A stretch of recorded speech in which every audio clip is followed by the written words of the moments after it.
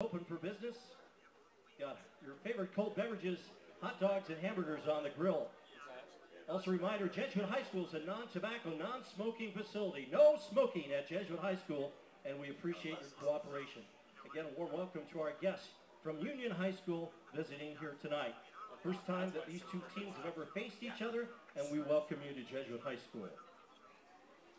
All you Jesuit fans, the Spirit Store is open for business. Get your favorite Jesuit High t-shirt, sweatshirt, baseball cap.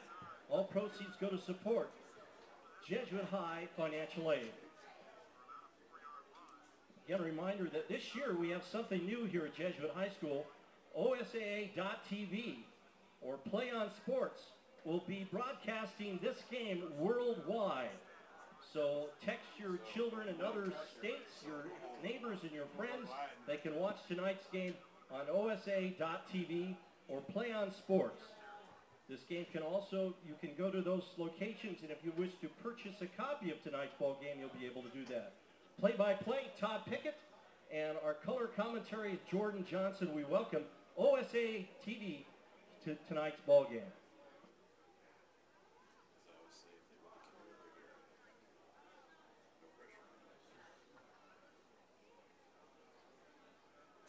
Someone's supposed to be doing the Sheldon Central Catholic game?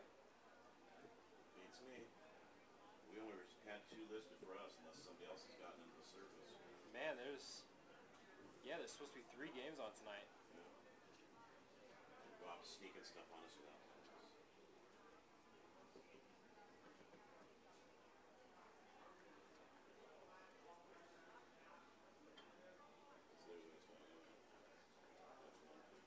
Oh yeah, nice. So, here, while we're thinking. I got an amazing deal the other day. It's funny because one of my fellow teachers was asking me how far back your collection goes. So I was thinking about that and I started doing searches on past Olympic years. Yesterday I picked up a pin from the 1936 Berlin Olympics. Wow. Yeah. I was kind of psyched about that.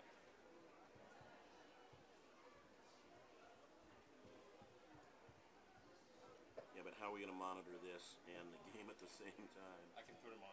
Seriously? It's Windows 7. You can do split screen.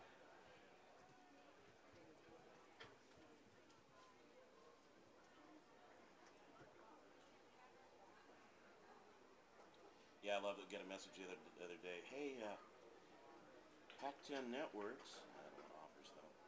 How was that? That's old stuff, so just go back up top and it'll just go to my watch list. Yeah. Pac-12 Networks, now you can watch it on your computer. All you have to do is download Microsoft Silverlight, which is compatible with Macintosh. Munich 72 mascot pin Waldy. Yeah, that's the first one. I've got a bunch up that I just look at and monitor. What's your price range when you buy pins like this? Usually I go pretty low. These ones are, most of these I haven't seen before. That's kind of what I'm into. Like I bought one from 56 Melbourne games. There's a 56 Melbourne one right there, I think. Yeah. A couple of bid pins, which is all the cities that are trying to land the games are allowed to make pins, even whether you do or don't get the games. I lost out on one last night I really want to get. It's one from Cincinnati. It's a flying pig. Because somebody said, well, Cincinnati will get the Olympics when pigs fly, so that's what they made into their bid pin. Yeah. Did you get one for Chicago?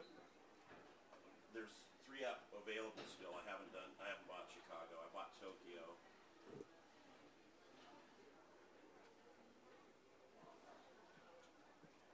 Damn, you got a lot of these you're watching. Yeah, some of them I've bought before. I'm just curious to look at prices. The one that's been really hot for everything, I've already got a couple of them, are the Cayman Islands National Olympic Committee pin. It's turtles, winged turtles, all colorful. Yeah, Just for the heck of it, I sent an email to the Cayman Islands Olympic Committee. I said, hey, you can buy pins from us, $10. There's something for about $49.95 in the auctions right now.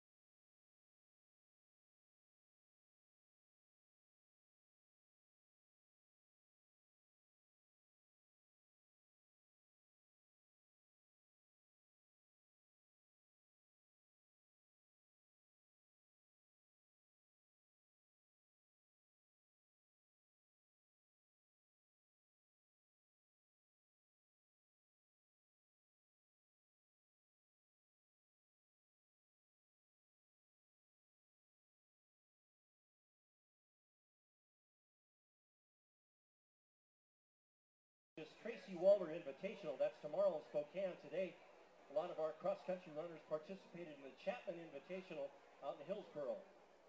Congratulations to our women's soccer team. Our varsity defeated McMinnville 2-0 earlier this week, and yesterday defeated Grant by a score of 4-3. Tomorrow, right here at Cronin Field, the Jesuit High women's soccer team will participate in the Jesuit Soccer Jamboree, which will feature Jesuit High School, Central Catholic, St. Mary's, and Lincoln. That will begin right here at Cronin Field at 9 a.m. Our junior varsity team defeated McMinnville this week by a score of 11-0. They will participate in the Buckman Field Jamboree tomorrow. And the JV2 Green team had a tie with Tualatin this week, 2-2. They will take on Wilsondale here right on Tuesday on the 11th, right here at Cronin Field. Do just a little screenshot of the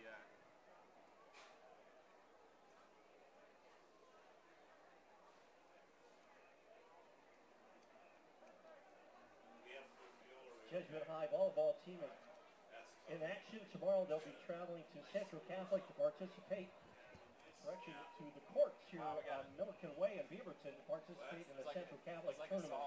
That'll begin tomorrow at 8:30 a.m. This week they defeated Sheldon 3-2, but unfortunately lost to Lake Oswego 3-2 earlier this week. The junior varsity team defeated Sheldon 2 games to none, and will take on St. Helens in a tournament tomorrow at St. Helens. The JV2 Green volleyball will be at Clackamas on Tuesday, and the JV2 Gold will be in a tournament tomorrow at Blanchette High School in Salem. The Green team defeated Sheldon 2-1 earlier this week.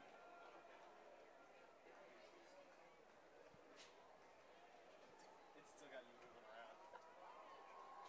That's a new fax. We're on the board about 8 on the scoreboard. 8.5. All right. You gotta take a nervous pee or anything? No, I already did that. I'm just figuring we still got to do anything else. So I'm not going to want to recruit the game. So Jordan, what do you think? Oh, I know. I can get the Clint Eastwood chair. Jordan. You good? Yeah, I knew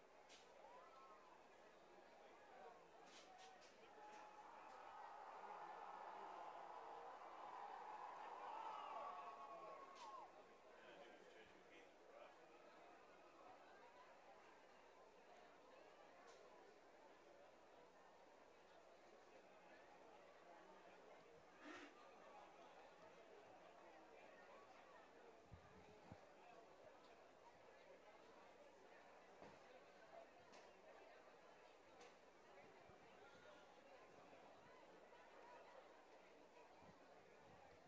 Ladies and gentlemen, at this time we ask that you please rise. Gentlemen, remove your cap and direct your attention across the field to the Stars and Stripes and join the Jesuit High Pep Band under the direction of Mr. Al Cato and Student Director Natasha Schwartz as we salute America with the playing and singing of our national anthem.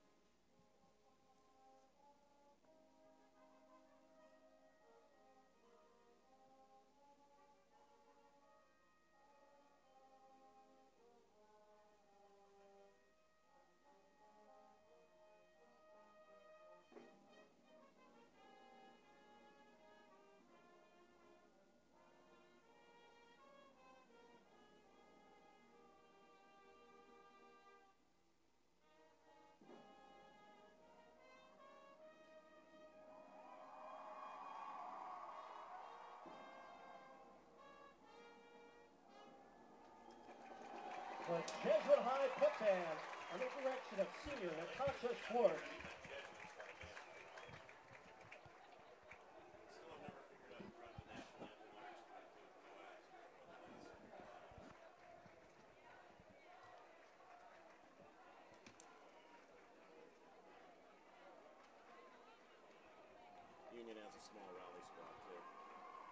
Union has a real small rally squad, too.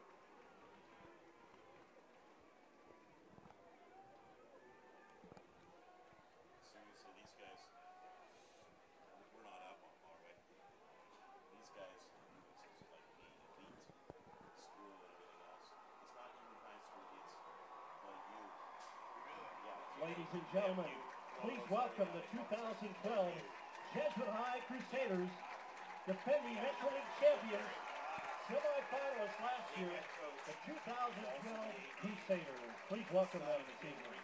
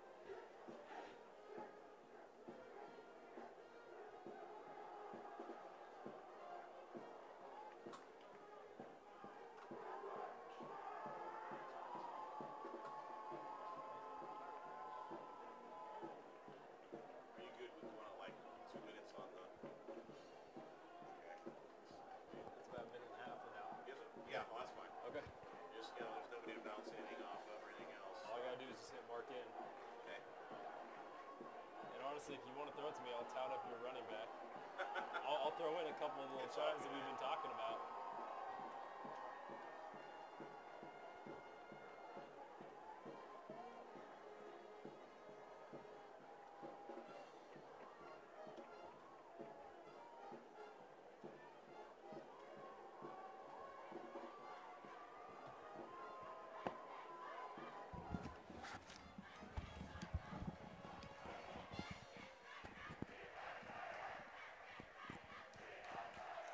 Ladies and gentlemen, a warm welcome to our guests, the Titans of Union High School. This time I'd like to direct your attention to the center of the field as the traditional point toss. Captains for the Titans. Number 2 is Gervais Ensley. Number 10 is Matt Reeves. Number 13 is Trent Cowan. And number 70 is Nick Henderson. For the Crusaders captains tonight, number 29 is Chris Herrera. Number 44 is Joseph Doomer, and number 54 is Colin McKean. Get our officials for tonight's ball game: Paul Robb, Rob White, Scott Moore, John McClain, and Mike Pinder.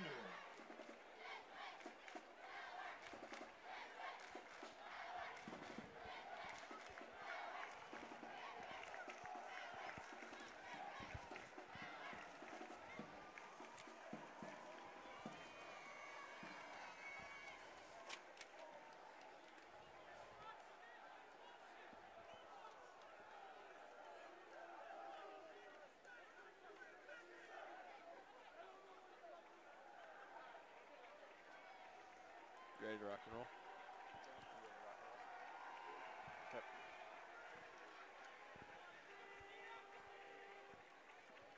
Give me yours. Good evening, ladies and gentlemen, from Cronin Field on the campus of Jesuit High School. We welcome you to PlayOn Sports' continuing coverage of high school football. Tonight, a showdown between two teams who are perennial playoff contenders. It's another inter-state battle tonight as the Jesuit Crusaders entertain the Union High School Titans from Vancouver, Washington. Hi, everybody. I'm Todd Pickett. Jordan Johnson will be alongside with us in a bit as he's pulling double duty tonight.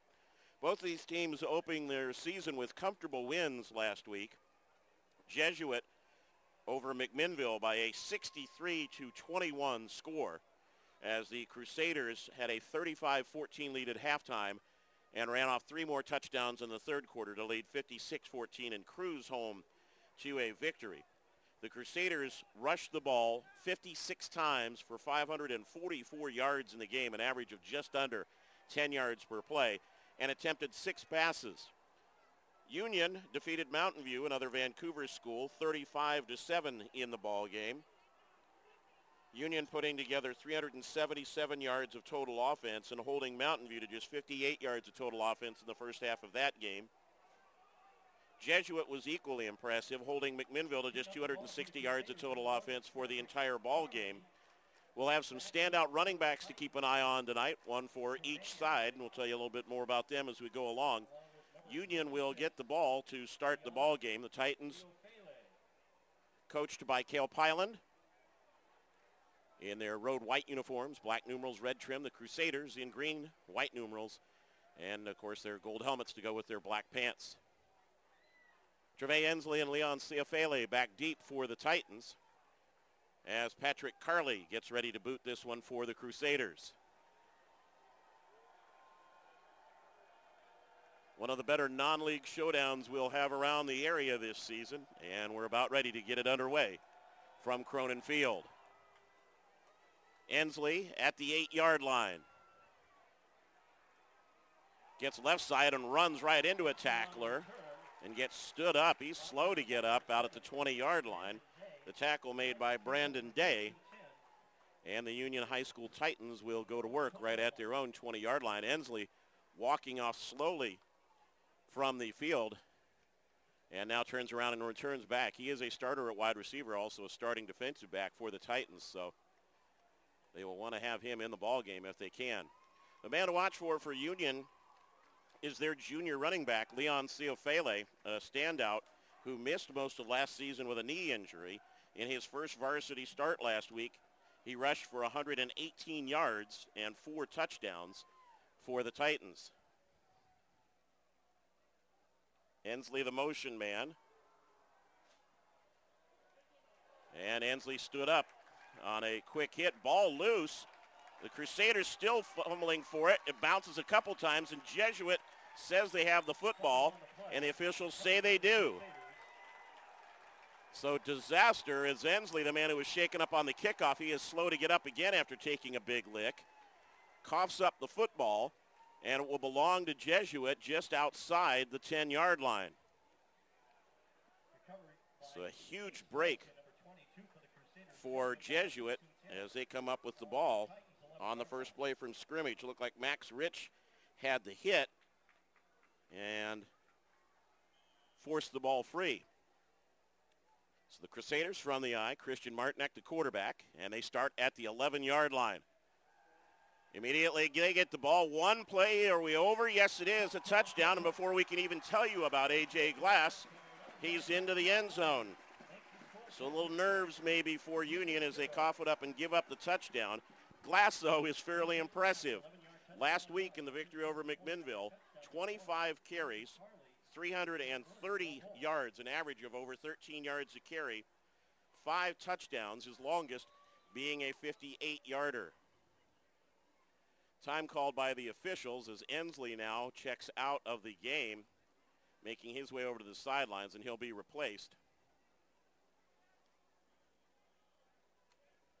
And now Carley on for the extra point attempt. Out of the hold of Trent Werner. And just like that, 23 seconds have elapsed on the clock, and Jesuit jumps out to a 7-0 lead. Not exactly the start that the Union Titans would have envisioned. For those of you more familiar with Portland and Oregon area football, just to fill you in a little bit more on Union, a program that started at Washington's 3A classification, moved up to the 4A, the largest size in the state of Washington, a couple of years ago, have made it repeatedly to the playoffs. They'll be battling with Skyview probably for the top spot in the Greater St. Helens League, which is the large school league in Southwest Washington. In fact, it's a league with several different classifications, but the 4A is the large schools. We will actually have that Union Skyview game for you a little bit later on this season here on PlayOn Sports, but right now the Titans need to get focused on the Jesuit Crusaders as they give up a score here to the Crusaders in the opening seconds. Ciafele is back deep, but Ensley has not returned to the field as the Titans make a switch there on their run back team.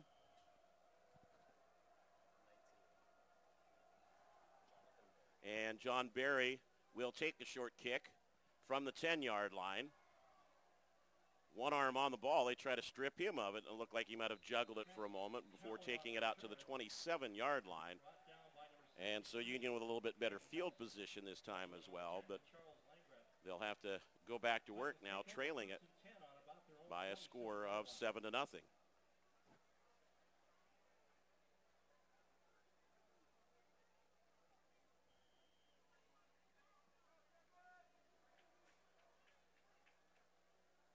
Nolan Henry will bring him up to the line.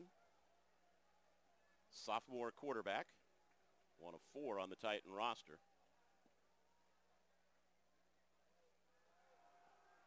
And off the play action, the pass nearly picked off, deflected. Nice coverage by Christian Martinek, who was up tall on that, the opposing quarterback, but covered the corner well. Little change in the deflection on that, and all of a sudden he's walking into the end zone, and it's 14-0. So they nearly come up with 2 turnovers on 2 plays, and it's a bit of a nervous start so far for the Union Titans.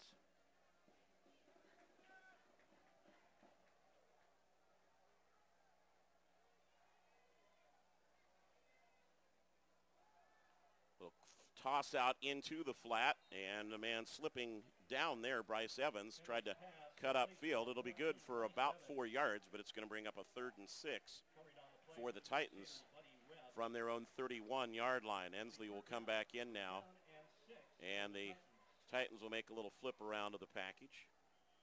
Henry sprints over from the sideline. And Union will try to come up with something to keep its drive alive.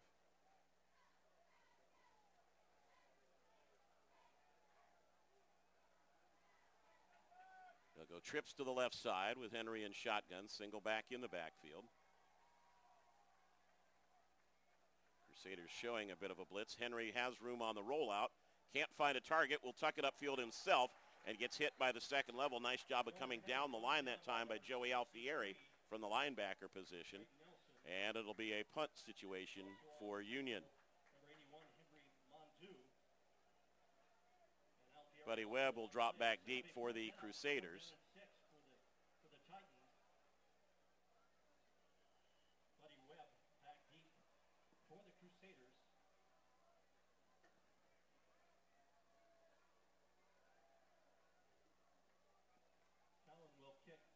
Trent Cowan on to punt for Union. Long time getting that one, kind of juggled the ball in his gloved hands, but gets help from a bounce, and Rich decides to go for the gusto, spins out a 1 tackle, and will turn it upfield for a gain. Took a hit along the sideline tight. Jesuit coaches want a flag, but from the way the tackler was coming, it would have been real tough to see that the man had stepped out of bounds once as he continued running. So good decision, I think, by the officiating crew that time, headed by Paul Raub, our referee tonight. And the Crusaders will go back to work at their own 35-yard line, leading at 7-0. This is another situation that kind of works in Jesuit's favor now. The lead, meaning they're able to play their style of football, and they love to play some clock possession game where possible and just grind the ball against you. Alfieri in front of glass in the I formation, ball popping loose for a minute. And a little beanbag marker tossed in. Don't know if you caught that, but the markers and the flags tonight, instead of the traditional yellow, are actually blue as a reminder of the continuing battle against prostate cancer. And the folks up at OHSU giving those flags to the crew to use tonight. No gain on the play, and so a 2nd and 10 from the 35. Glass trying to skip it outside, and somebody got a hold of an arm and dragged him back from there. Took him back to about the 30-yard line.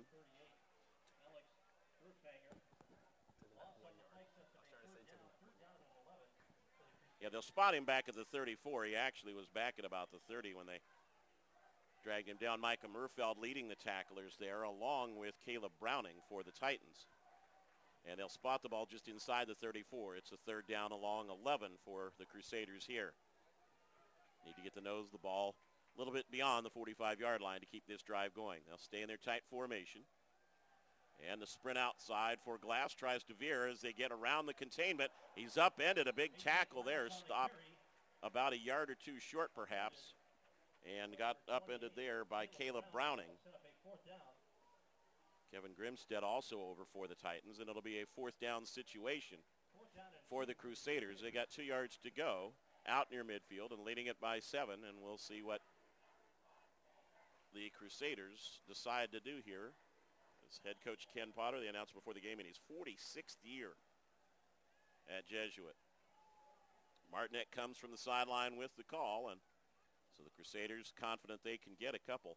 Union contain guys kind of got sucked in by that sprint draw last time, and there was no corner for the Titans there, allowing the Glass to get a good gain and make this fourth down attempt possible. So 4th and a long 2, almost a 3, and the Titans jump. Penalty on the play. And I would not be surprised if that were a deliberate attempt right there to try to draw him off rather than have to snap the ball. And Micah Murfeld got a little greedy and jumped offside. And it'll give Jesuit the automatic first down now at their own 48-yard line. 1st and 10, Jesuit on their own 48-yard line. So Jesuit able to make Union look a little bit off balance so far here in the first quarter, as the Crusaders will shift out of the eye look now, bring Glass out wide to the left side. Motion through by Buddy Webb, and he'll take it on the fly sweep. Nice job of turning upfield to find the crack, and he is gone. It is a foot race, and they are going to get him or not, just short of the goal line. I didn't think that anybody could haul him in, but Trent Cowan saves the touchdown. They'll spot the ball at the 5, so a gain of 47 yards. And really intelligent running there by Buddy Webb. That play designed to kick more outside. He saw a seam. His blockers sealed to the outside, allowed him to turn it up, and off he went to the races. Cowan credit to haul him down, but at this point it may just be delaying the inevitable as it's 1st and goal from the 5-yard line.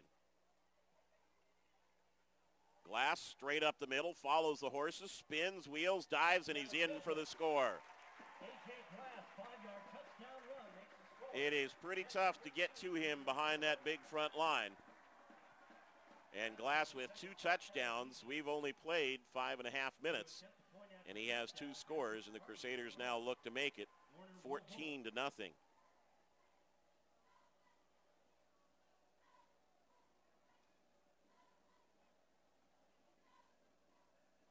Now Jesuit taking the punt that time and moving smartly down the field. Of course, a large portion of it gained by Buddy Webb. But they move right down the field for their 2nd score. And in what was a highly anticipated showdown, it has been all Jesuit so far as they extend the lead over Union to a 14-0 score. This one part of, well, I guess we could call it a doubleheader, although both games probably a little simultaneous. But we're following the Grant Jefferson game tonight, and glad that you'll join us here. Jordan Johnson, you know, we didn't helicopter him out. He's having to fight his way through traffic from Grant Bowl. You know, we don't have that big a budget yet, but he will be here in a little bit to join us. And although right now he'd tell you Union just needs to get on track. It doesn't take a lot to figure this one out right now. The Titans need to hang on to the ball and get something established, as they already find themselves 2 scores down to the Crusaders. Ensley back out on the field this time on kick return, and Leon Ciafele is also back. He has not touched the ball yet, either on kick return or on offense. They have not handed the ball off to him. Carley, who's perhaps been the busiest guy into place, set to kick off once again. His 3rd kickoff to go with a pair of extra points.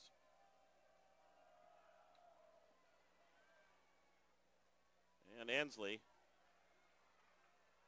trying to get outside left again. Almost had the ball stripped, but he'll get it out over the 20-yard line. Here's an interesting thought for you as I was just thinking back to some of the game notes I accumulated. The punt that Union had a moment ago is the first punt that Jesuit has seen this season, either kicking for themselves or returning. They had no punts in their game against McMinnville this week, or last week rather, despite that 63-21 score. And the Crusaders have yet to punt this season.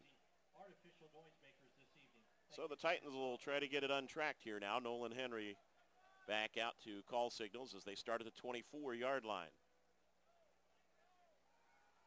Looking to toss a little bit high that time, trying to get it to Trent Cowan, and got it up above him. Buddy Webb covering for the Crusaders. Had him on a little short out, just overthrew him a little bit.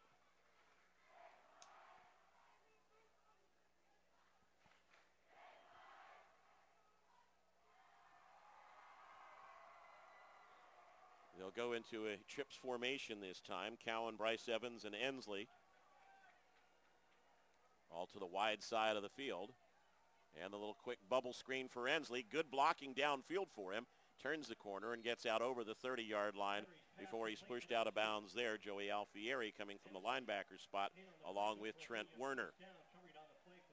Be the first down of the ball game for the Titans, though, as they get the ball to the 35-yard line. And they'll have a first down there.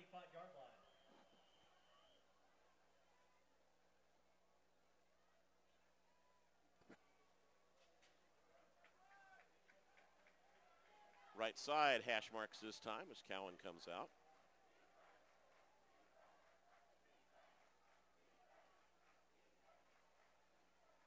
Ensley the motion man, and they give to Ciafele. Tries to go left side, and the hole closed very quickly. Good job by the Crusaders of reading that. Doug Brenner in on the tackle for the Crusaders along with Henry Mondu. No gain on the play. Correction, 1 yard gain on the play. Second and 9. And they'll give Ciafele one. Ta'ala Letoa checking out for the Titans now as they break the huddle. Letoa sharing time with Micah Murfield at the tight end spot. Twins to the tight side boundary here. And they play action to Ciafele. Henry rolling. Toss incomplete. Had a pair of receivers out into the pattern. The tight end dragging across Murfield, but also had Trevay Ensley in there.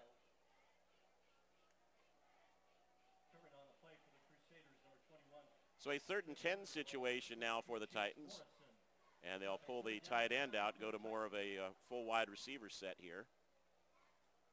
Need to get the ball to the 45-yard line to keep this drive alive.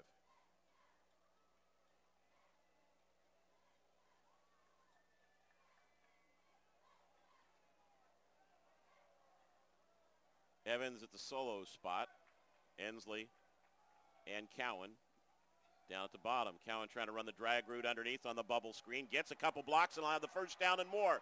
DB's got trapped inside, and it's a foot race the other way now. Cowan, 10, 5, in for the touchdown.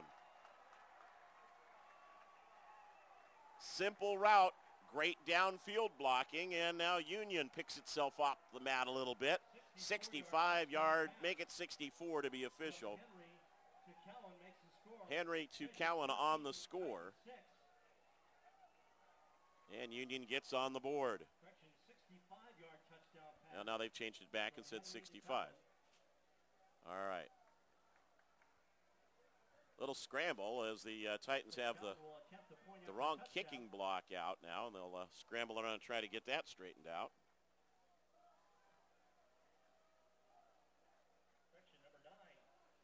And it'll be Mitch Whelan on to attempt the extra point. Brendan Quinn is the holder.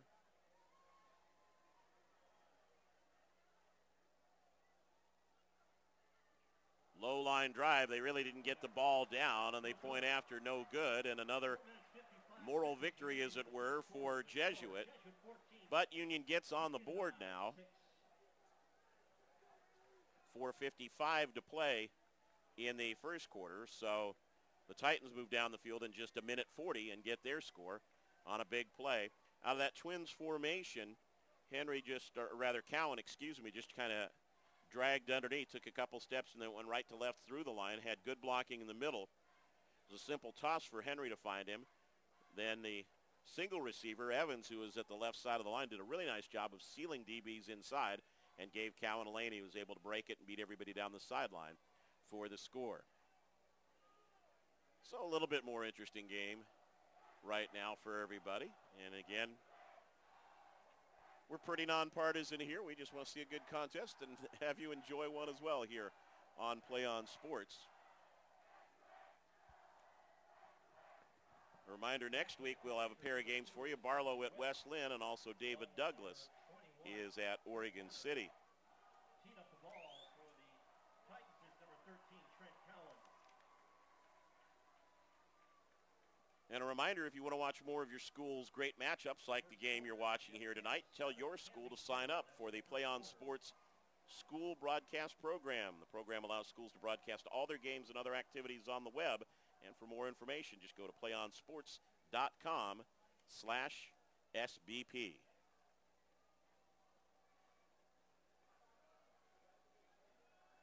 Cowan set to kick off for Union.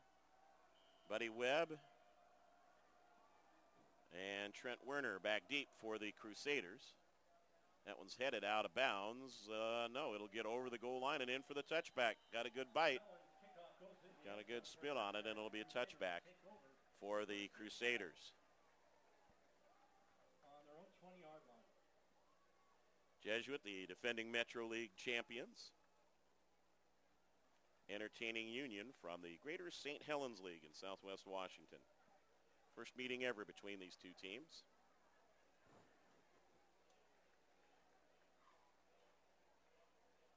Jesuit got its first score after the opening play from scrimmage, recording a turnover and going in on one play, and then capping a 65-yard drive with a second touchdown in the ball game for Glass. They'll start from their 20 this time. It's the furthest back they've had to start in the whole ball game, and Glass gets a rude greeting from the Union Titans that time after about a yard gain, as Big Nick Henderson, 6 foot 300-pound senior, is there to greet him for a gain of 1. Gain of a yard on the play, second down and 9 for the Crusaders. And they'll need Henderson's size against that impressive front line for the Crusaders. Watching Andrew Kirkland break the huddle out there at right tackle, listed at 6'5", 302. It kind of boggles the mind, 300-pound high schoolers. From the 21, looked like a little motion perhaps, but they get Glass on the sprint draw, strong off that right side again. And he'll get out over the 25-yard line before he's tackled that time. Leon Ciafele and Brendan Quinn on the tackle. Dennis Mamontov also helping for the Titans. Glass with 5 more, and it's a 3rd and 4 situation now for the Crusaders. Third down and 4 for the Crusaders on their own 26-yard line. This powerful running game of Jesuit High School. Everybody knows it. Nobody can stop it. That's the problem. They'll spread it out a little bit now as Mondu and Webb break out. Mondu to the bottom of your screen. And they'll look to find him in the flat. That's deflected. Nice penetration that time for the Union Titans by Alex Burfanger. And he got a hand up, a sophomore linebacker, making a name for himself in his 10th grade year. Got a hand up that time, and the Crusaders, for the first time this season, will punt the football. Back in punt formation for the Crusaders, number 81, Henry Mondu. Back for the Titans. Henry Mondu will punt it for Jesuit, and Union will drop Ensley along with Trent Cowan, the touchdown scorer. And a low line driver almost hit one of his up men. Got a good roll, but almost hit his own guy running down the field. Would have been down there, so a fortunate break for the Crusaders. Good field position for Union as they get the ball at the 41-yard line. At about the 45-yard line, it'll be 1st and 10 for the Titans on their own 45. So we'll see what Union comes up with this time. Jesuit High fans pick up the latest and greatest Jesuit High t-shirt baseball cap. Nolan Henry, 6'1", 175-pound sophomore. Jesuit High School. 1st and 10 Titans on their own 45. Beating out some of the upperclassmen for a starting spot. Ciofele, ball pop free, line drive caught in the air by Joey Alfieri, and the second turnover against Union in the quarter will give Jesuit the ball. Glass with the ball, excuse me. And the Crusaders on another turnover have the ball at the 40-yard line.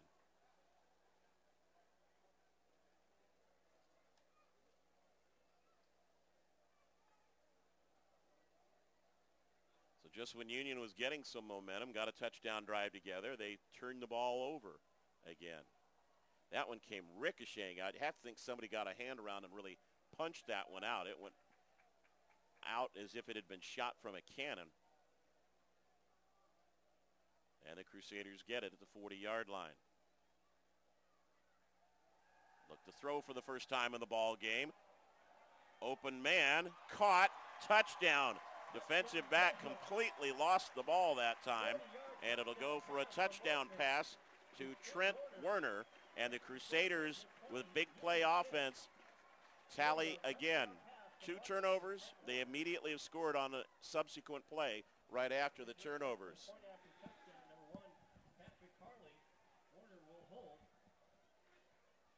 So Werner on as the holder.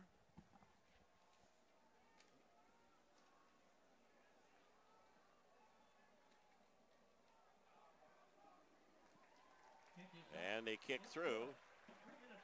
And still in the first quarter. Jesuit again capitalizing on a turnover, and they lead it by a score of 21-6. Jordan Johnson with us after the arduous trek across city. So a lot of Grant, not a lot of Jefferson, it looked like. You have no idea.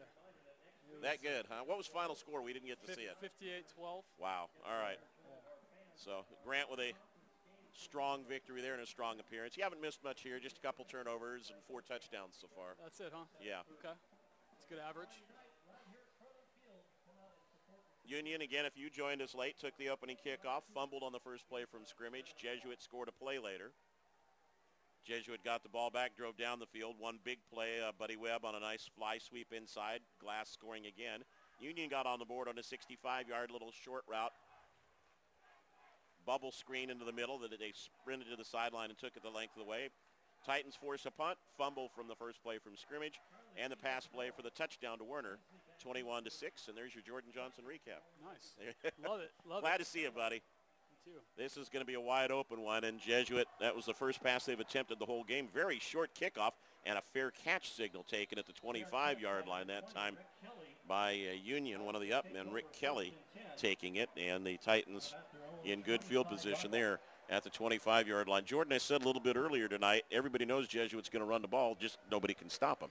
Yeah, it's a tough thing. I mean, with Jesuit, you got, 6'7", 6'6", 6'5", and then Brigado at center. So, I mean, it's very tough. As athletic as those kids are up front, we've worked with most of them pretty consistently. So they're not just big; they're athletic, strong, smart. I mean, they're gonna get you regardless.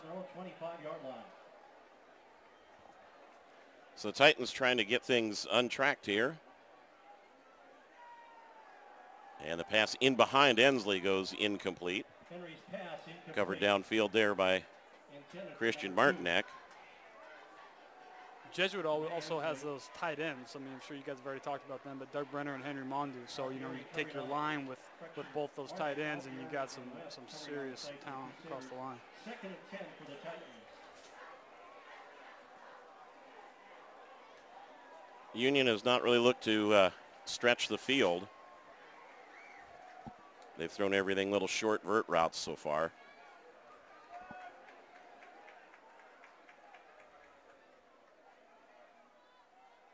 And they'll just try a quick little inside handoff. Jesuit says nothing doing there, and there really has not been much of an avenue for Ciofele to run yet in the backfield, as the Crusaders have covered that pretty well.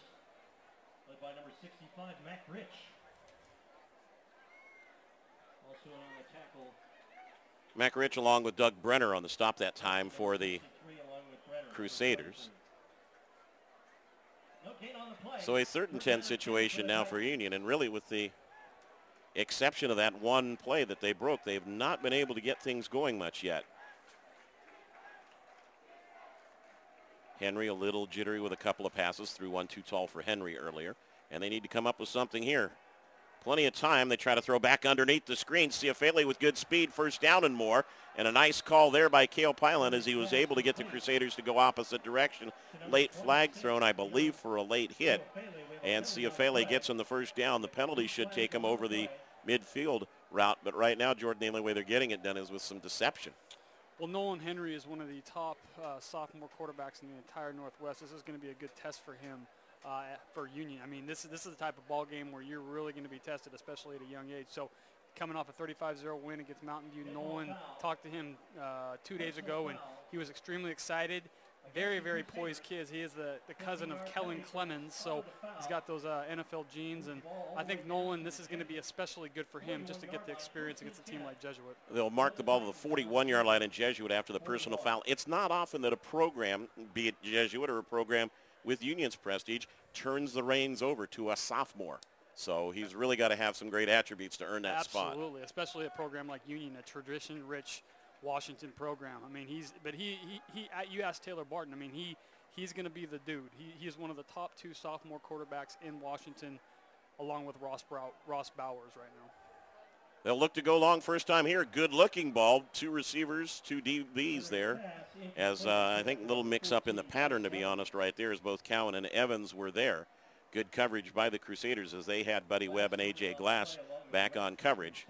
That's the first time we said that he's really uncorked one long, but you get a chance just to see the delivery and the mechanics on the ball, and they're outstanding. Yeah, Nolan's a gamer. I mean, all that kid wants to do is work. I mean, if he could, he has a choice of going out and hanging out with his buddies or whatever. I mean, he's going to go work on his game. So that's the type of kid that he is. 2nd and 10 from the 41. This the formation that they scored from with a little underneath pass to Cowan, the Twins right, and Evans isolated left. Throwing the ball a lot, and again too tall for Cowan as Buddy Webb closes in on him.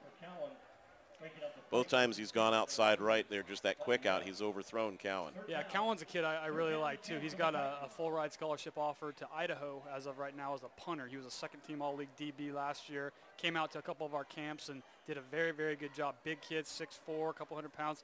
He's going to go in and to Idaho or wherever he goes and be able to play multiple positions, including kick.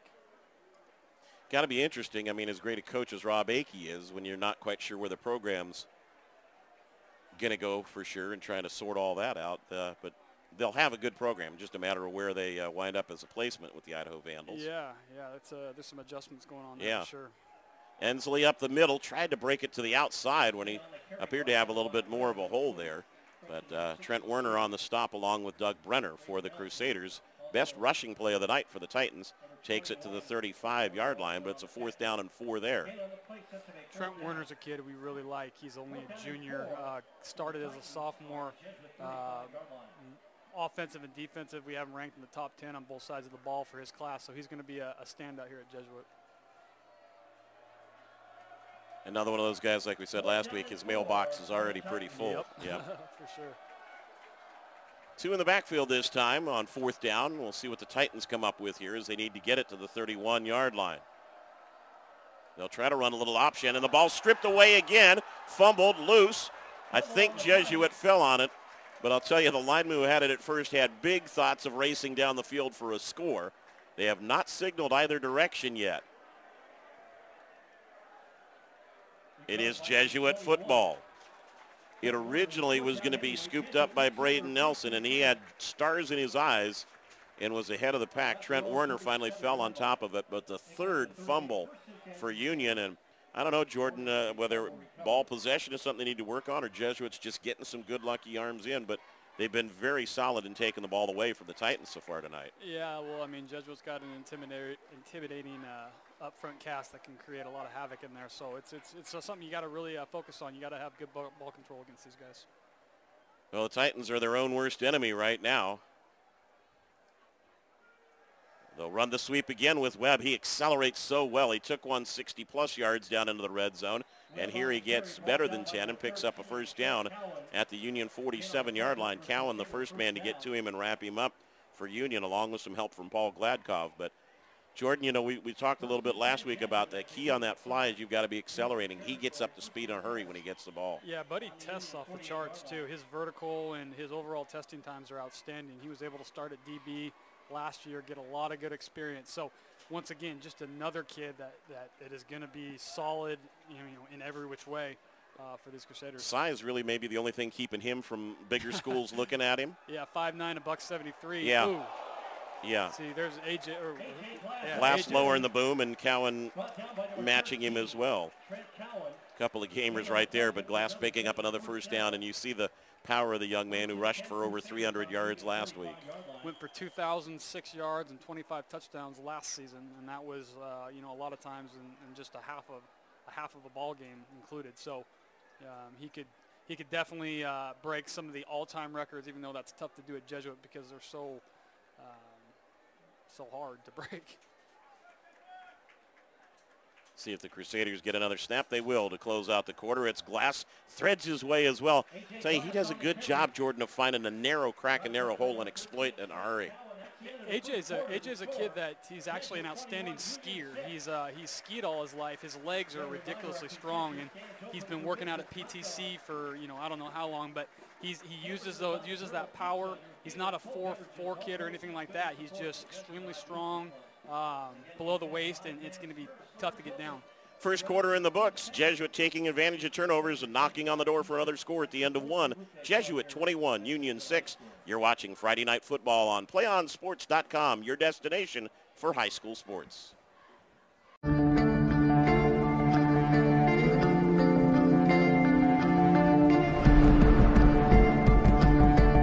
match away from immortality. This is a total team effort.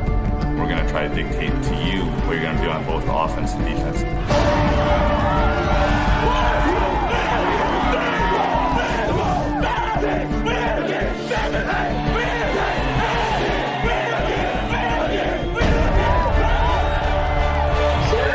going to come at you. One shot at this. Now it's time to put the hats on and go get some work done. So they're all going to look to make a statement early.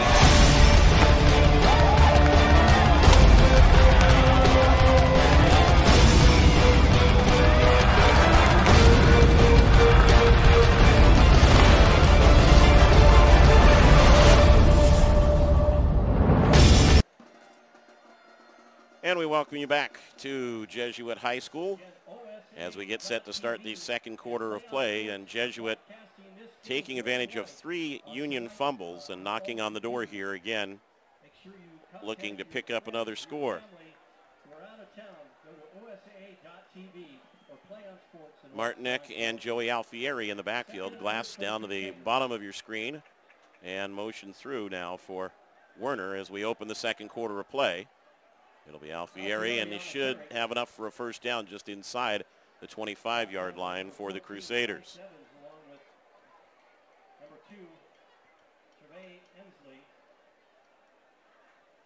He'll spot it right at the 25. Go ahead, Jordan. Yeah, I was going to say Alfieri is a kid we really like, top-ranked linebacker. Scored a couple touchdowns last week, so definitely going to be a kid that we see on the offensive side of the ball as well. And Jesuit with the 2-score advantage here, as we said, just on a night like tonight, too, with all the heat, that wear you out, grind down football is going to just work to their advantage. Mm-hmm. Sprint draw again. Glass left side. Finds the hole by everybody. Drags the carrier in. He stepped out of bounds. Where the officials continue to come down at the 4-yard line. They say he stepped out of bounds. And on the tackle for the Titans, number 13, Trent Cowan. Hit on the play, good for a Jesuit. First down, first and goal. Jesuit on the Union 4-yard line. So first and goal at the 4 for Jesuit as Glass continues to head the Crusader effort.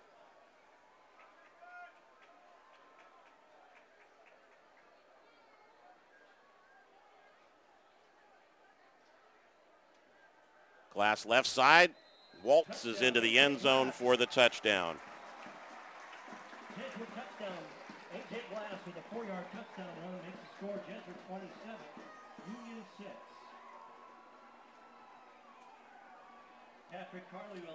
AJ's looking better than I've ever seen him so far.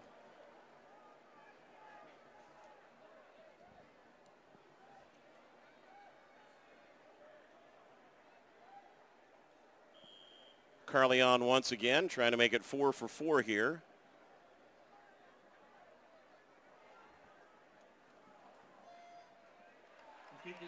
And does so.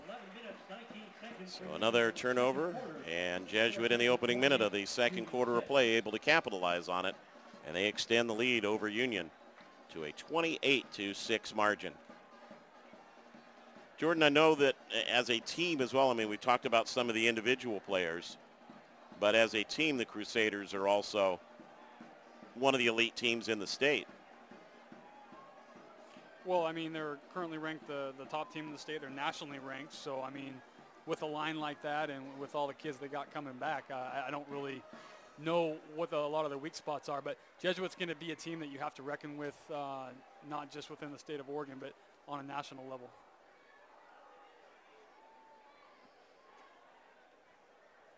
Well, again, Cale Pilon and his team, I know they will not be pleased with their showing so far. Not so much the points, but just that they're kind of helping make it that much easier for Jesuit with the turnovers so far. Ensley and Ciafele back deep now for Union. And Carly set to drive another one. What win there is at the Crusaders' backs now, by the way. Low line driver, and Ensley will take that one from about the 3-yard line. Able to find a seam. Nope, late flag comes in, though, and this one will come back after he's brought down at the 30-yard line. Got the seam because he got a hold from a teammate. Co-captain for tonight's game. We have a penalty on the play. A blue flag on the play. As our press box announcer points out, it's a blue flag on the play. Doesn't mean anybody has to go to the pits, but again, the special flags tonight. Again, a reminder of the continuing battle against prostate cancer. A lot of the wristbands you see in grocery stores, the other items sold as well. And they'll mark it off from the 20-yard line, so it's a half the distance, and all of a sudden Union's down 3 scores and now has to start from its own 10-yard line.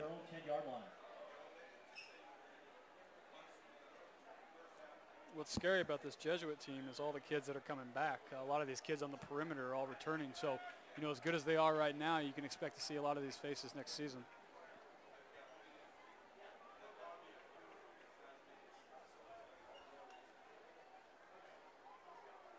Ensley from the tailback spot, and then really just nowhere for him to go. He gets about a yard forward, and immediately there's green jerseys everywhere. Joey Alfieri leading the way along with Henry Mondu for the Crusaders.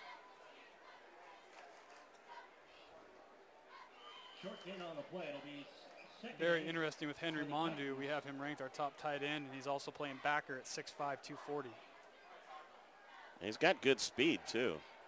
Very athletic. And they've got him middle backer. Well, actually, they dropped to 2 now, yeah. So, yeah. Again, just one of the little short out routes here as Union tries to get on track. They find Ensley in the flat.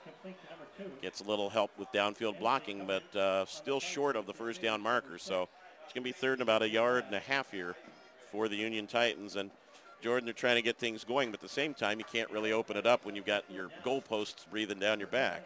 Yeah, I mean, it's tough with Jesuit just to, like you said, get some breathing room. And Christian Martinick out there, I mean, when you got your quarterback, that's also your DN, kind of shows how athletic you know, your team is.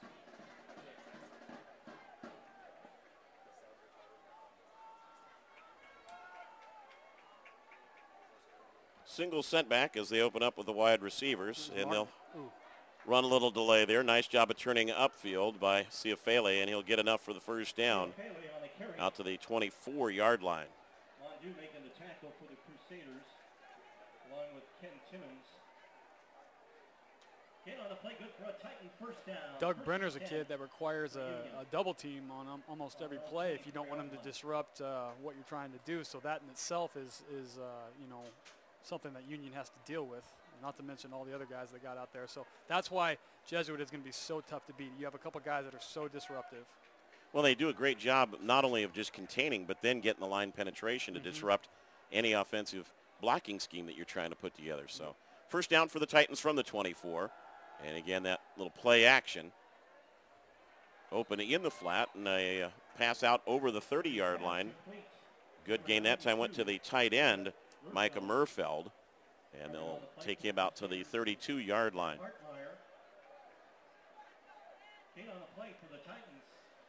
Jordan, not often that you see at the high school level that sort of play action and sprint draw that takes a while to develop, takes a while for the fake to go, but the Titans making that their bread and butter. Yeah, I think they need to stick with, more of that type of set. So, that's not too complicated, and you can get it done like we just saw. Yeah, good drag route by the tight end. Whistles, contact, and that should go for 5 against the Crusaders, and would be enough to give the Titans a first down if the officials decide it went that way. And they have before the referee even calls the play or lined up and point in the other direction. And the offsides against Jesuit will give Union a first down at its own 37-yard line here in the second quarter. On their own 37-yard line. So Union trying to put together its second scoring drive of this ball game.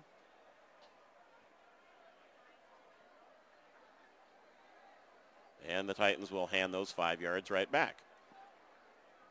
Penalty on the play. Tate Nelson on the left side of the line, rather. Jumping.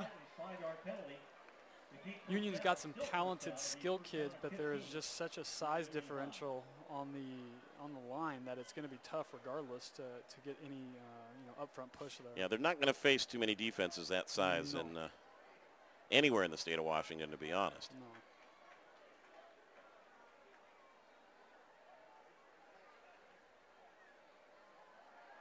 Underneath route for Cowan.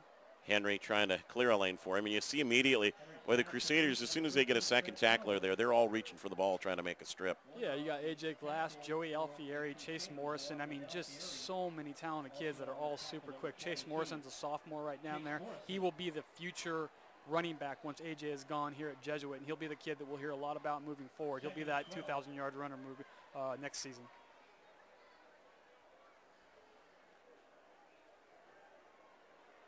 From the 35-yard line.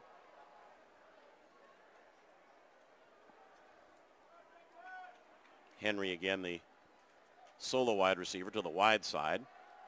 Good backside protection for him. And a bit of a gritty run right there. Looked that time, Jordan, as though the Crusader defense doing a little bit better job of downfield coverage on those quick routes, and Henry had nowhere to go. Yeah, it's just a tough situation. You see Max Rich, 6'7", 318 pounds, coming in the ball game right now. It's kind of like, what do you do? Got to agree. I think Cale Pylan making a nice decision to roll his quarterback out, get him away from the pressure a little bit. Absolutely. Yeah, you're not going to sit with what they got going on. So, yeah, get them on the run. Third and long situation, though. They'll need to get it to the 47-yard line to maintain possession. Trips to the wide side of the field this time.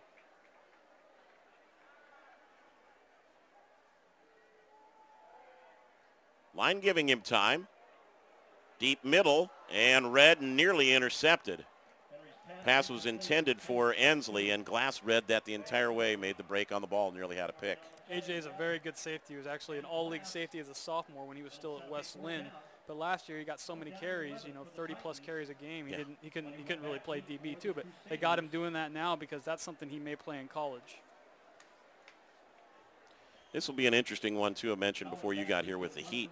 I think conditioning could play a big play in this one, a big part, especially if this just being the second week of the season. Webb back deep to return. Cowan set to punt. They'll scrimmage this one from the 35-yard line. Takes that little extra step, but so far nobody's put much pressure on him. And the ball will roll out of bounds at about the Jesuit 32-yard line or so. That'd be a 35-yard punt unofficially. And no return as Jesuit gets set to go back on offense here in the second quarter.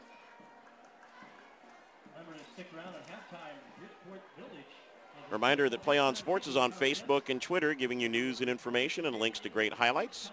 You can follow us at PlayOn Sports on both Facebook and Twitter, and you can also access thousands of live and on-demand games from across the country on YouTube at youtube.com/PlayOn Network. Keep up with all the high school action every week from your destination for high school sports, PlayOnSports.com. PlayOn.com.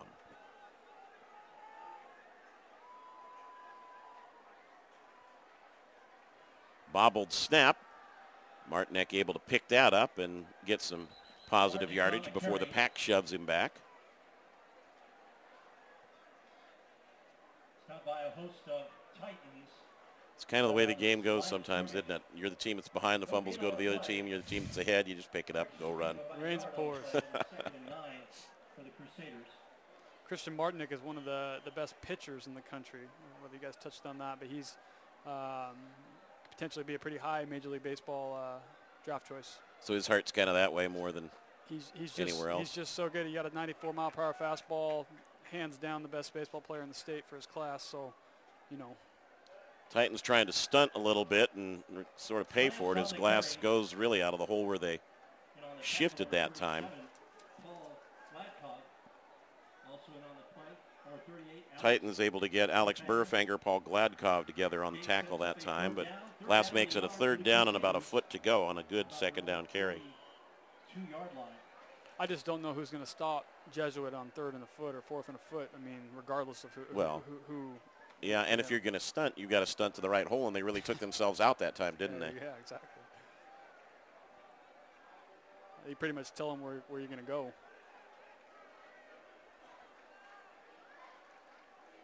Glass just tucks the ball away, forward lean, first down at the 49-yard line. Got more than he needed. And again, you know, we talk about Glass's ability and a good job he does as we get midway through this second quarter. But you've got to give a lot of credit to the lineman. I mean, he's getting second level before anybody gets a hand on him. Yeah, Andrew Kirkland committed to Washington. Max Rich has got that Washington State offer with about 6 others. You know, we could go down the list, and it's just a bunch of very, very talented kids. Doug Brenner obviously just got offered by Oregon this week, and then Henry Mondu at the tight end spot, you know, another very, very talented kid. So, yeah, they're good. So first down now, and time called by Jesuit as they were running the play clock down a little bit. So they'll get things settled away with a first down out near midfield. And while we've got a quick second, too, want to remind you to stay with us for our halftime show as we'll bring all the action to you and see whether we get a number or two from the Jesuit band or not. They had their freshman barbecue before the game. And I don't know how long you cook a freshman on the rotisserie, but I heard it was delicious. No. The barbecue to welcome the freshman class, the class of 2016. Then they all come sprinting into Cronin Stadium, and parents along with them as well. Huge crowd here. I mean, I got here early, and there were very few spaces in the parking lot even then. And it's another thing, really, the Crusaders are known for is just the tremendous support they have with them wherever they go, home or away. And, of course, big turnout here at home tonight. Stick around at halftime and watch these two try to win some movie tickets and also a $100 gift certificate to Bridgeport Village. Stick around at halftime. So the Crusaders will look to roll as much of this clock off as they can before halftime. And, of course, Union, which has forced one punt from Jesuit tonight, will try to stiffen a little bit here as the ball gets to midfield. Again, the Titans jumping a little inside, and they, again, completely jumped out of where they needed to be. Great call by the Crusaders, and the touchdown run will be Trent Werner with a 52-yard touchdown run. And just a nice, you know, to be honest, it's an old wing T counter. Yeah, I'm a big fan of Trent. He's got a really bright future, and another kid we'll hear a lot about. Werner will hold as Patrick Carley will attempt the point-after touchdown.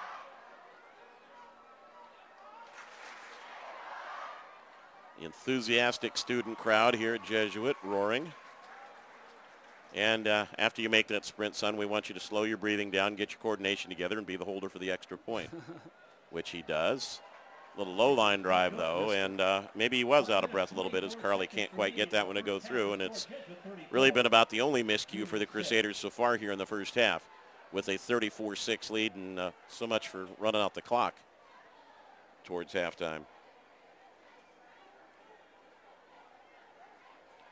Well, Jordan, I know you haven't been here for the entire first half, but you've certainly seen Jesuit before, and you know, the Crusaders are hitting on all cylinders right now. Yeah, I think with Jesuit, it's going to take a team that can at least hold their own on the line before you're going to even think about beating them. So you take an Aloha, for example, where if they can manage, and that's one team that can compete up front with a team like Jesuit.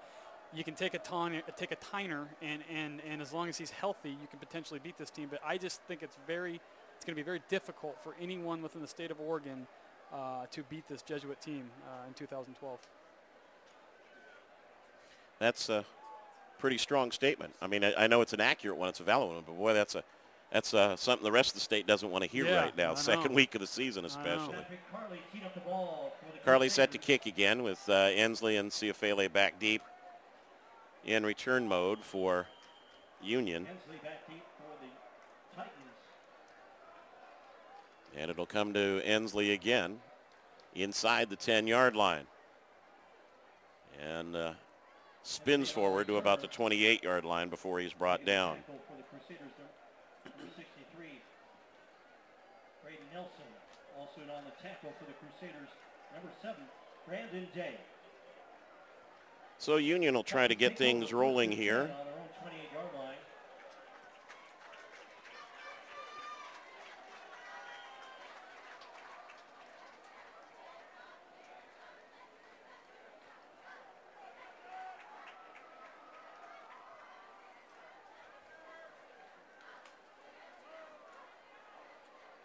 Titans with 2 in the backfield this time, and Ensley from the tailback position. They bobble it again. Fumble on the play. Correction, no fumble on the play. Nope, officials say no fumble. The Titans, number 7 is James Munson. I'm not going to hire you for my eyes. You're making up fumbles on me. No. I thought it popped loose too, so. Looked like it. Yep. 2nd and 10 for the Titans.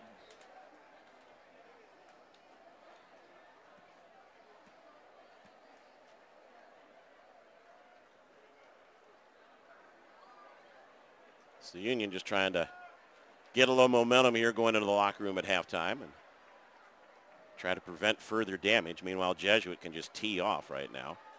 They'll go play action to Ciafele again, and a good-looking pass, but right through the hands of the intended receiver. Tried to get it to Alex Burfanger. It's amazing how athletic Henry Mondu is at that backer spot, 6'5", 240, like we just talked about, but he's so quick and so agile, getting from side to side. It's rare to see a kid that big move like that. Very impressive.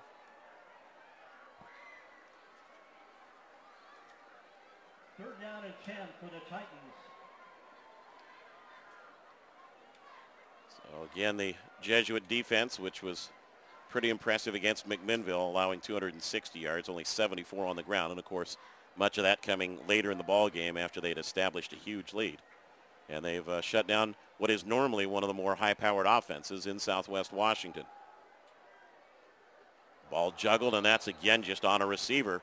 Much better delivery now, just in terms of putting the ball where it belongs from Nolan Henry, but a couple of drops, and Evans kind of upfield before putting the ball away securely there.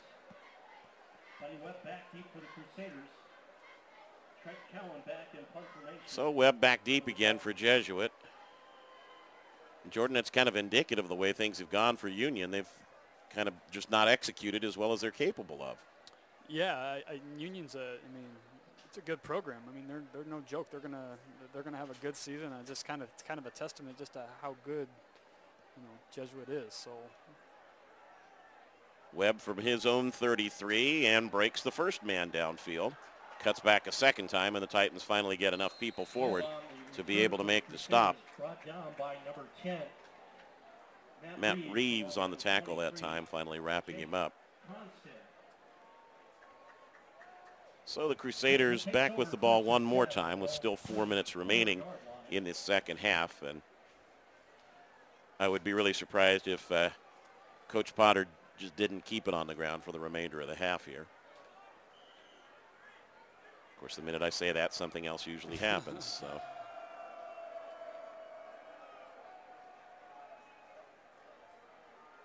Glass, right side.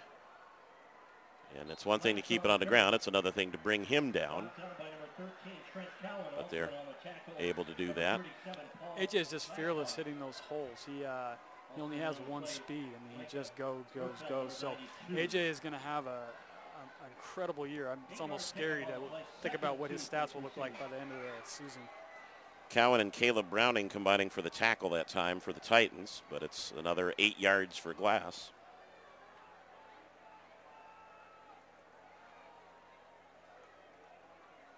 And they will throw the ball. See, I told you. Wide open man and just overthrown a little bit as they tried to find Werner down the far sideline, and Trent just couldn't get to that one. Third down now for the Crusaders.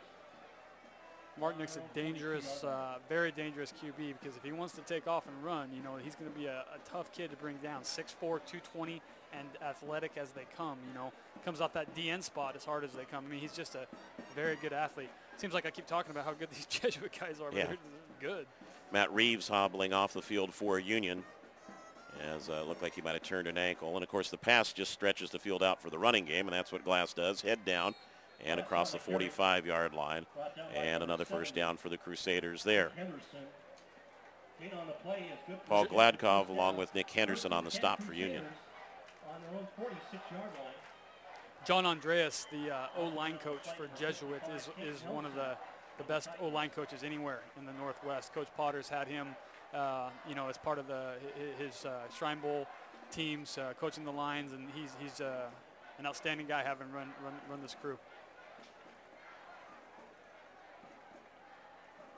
Titans again trying to jump into some gaps. Glass able to read that, kicked it outside individually, breaks some arm tackles, and that's, you know, be honest, Jordan, that's another thing. They're not really wrapping him up well right now. It's arms grabbing at him, and that's easy for a guy with Glass's size and strength to be able to run through. Yeah, 6'1", 200 pounds, and no fear. You know, it's gonna take a guy or two to bring him down, and they're not getting that initial contact. So, you know, that's something that's definitely gonna have to change in the second half. Picks up 11, another first down at the Union 43. I want to go back to what you were saying about the line. Granted, they all have size. What do they do in terms of technique that sets them apart? Why are they an elite offensive unit? Well, most of these kids, as we look at them, I mean, they're athletic. They're not just big, they're athletic. They're basketball kids. They're kids that do things in the off season. You know, they're able to run. So, I mean, it's the reason they all have D1 offers, or most of them have D1 offers, is you know, their overall athleticism and their ceiling is just so high. It's ridiculous. Well, I think Martinick dropped down sidearm with that last delivery and threw it a bit outside. 2-0. Again, trying to find Werner, and it did look like he dropped down a little bit. Werner comes over the sidelines. He's gassed from running a couple long routes out of the last 3 plays. Teammate there to hand him a water bottle. Ryan Brown just came in the game, and he's kind of that next lineman that doesn't start, and he's 6'7", 270. Yeah, so put that you're the number 6 lineman at that size in high school. Yeah. Glass again, sprint draw, breaks 1, breaks 2, first down to the 25-yard line as he drags Henry along with him there. Yeah, well, we can throw whenever we want, because, you know, I'll just hand it to AJ and go get 10 more. That whole unit's just so impressive. I mean, you know, we always, as fans, tend to watch the one kid run, but they just are opening great holes for him. Andrew Kirkland, number 79 there, committed to Washington. He's a kid that's going to be special in the Pac-12 and just an awesome kid. Looking to throw again, trying to drag the tight end across. It's well covered. Ciafele misses the tackle, but then Murfeld able to wrap him up. Ball might have popped free, but it looks as though it's going to stay with the Crusaders. Kicked out of bounds by number 92, Micah Murfeld. Martinick a little slow to get up, but he appears to be okay. And Mondu going over to him. Sorry, I wasn't open. Sorry, I wasn't there to help you out. That little ISO route was a little easier for Union to defend that time. Yep. Warner back in to give the play to Martinick. Loss on the play at 3 yards. It'll be 2nd and 13.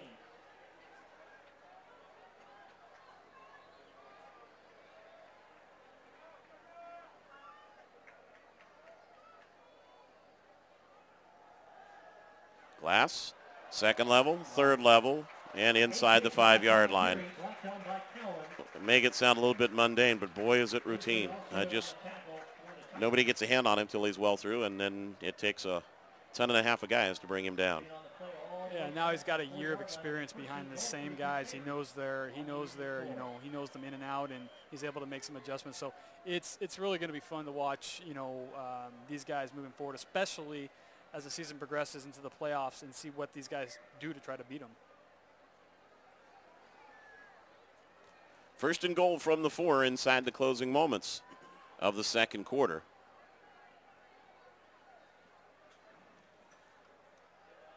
Glass right, glass left, glass up the middle, glass across the goal line for another score.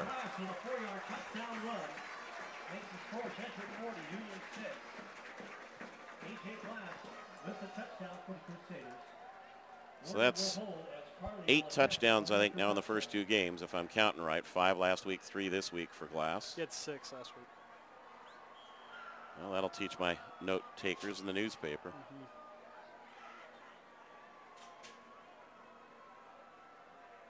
Talked to him last night, and he, very humble. Just gave a lot of credit to everyone else.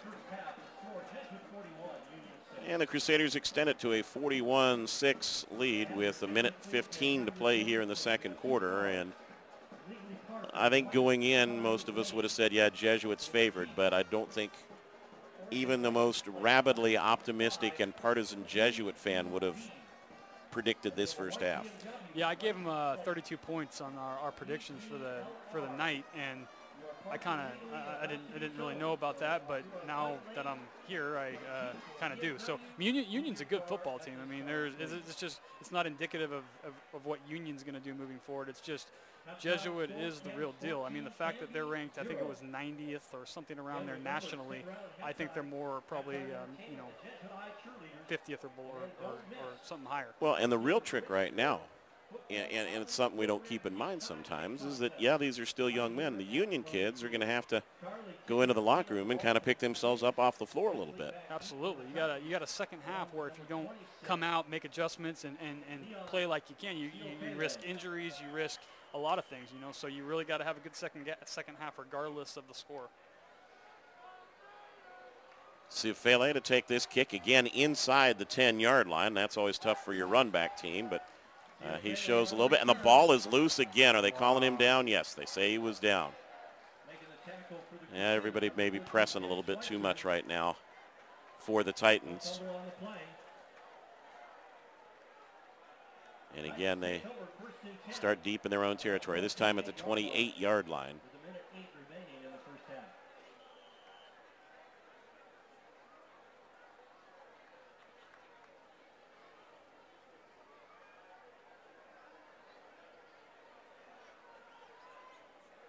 A few folks down in McMinnville might say, hey, now you know what it felt like for us last week.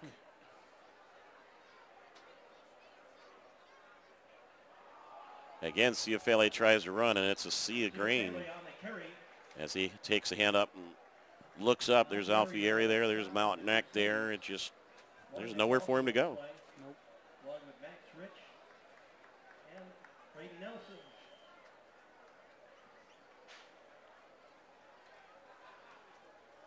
Alfieri's 6'3", 220. His dad played for the Oregon State Beavers and the New York Jets, so he's got some genes. Alfieri, like I said, he's only a junior, and he's the top-ranked backer in that class. So once again, just another baller.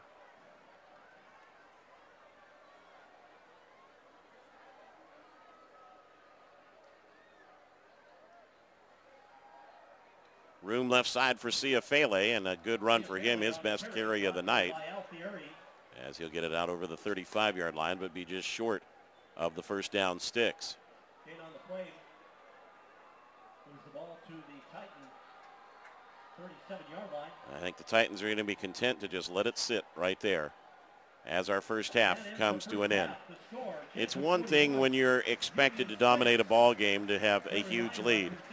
In a matchup of two good teams, I would have to say this is about as dominant a team first half performance that I've ever seen at this level. Yeah, Jesuits excited. Take a look at this crowd they got here. Everybody's out on a beautiful night, and I think that they're just, excited to make up for last season where they went 9-4, but lost to a Lake Oswego team that was very good twice, and I think they realize how good they can be.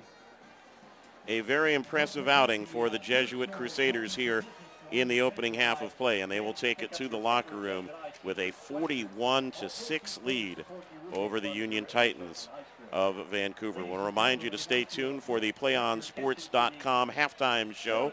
We'll have all the color from the field, including the Jesuit Crusader Band and the Rally Squad and much more coming up. So don't go anywhere. Friday Night Football on PlayOnSports.com. Our halftime score, the Jesuit Crusaders 41 and the Union Titans 6. This is Friday Night Football on PlayOnSports.com, your destination for high school sports. There are varsity cheerleaders for 2012. This time we'd like to direct your attention as they perform here at halftime for the Jesuit High fans. Take it away, ladies. Brutal. Brutal.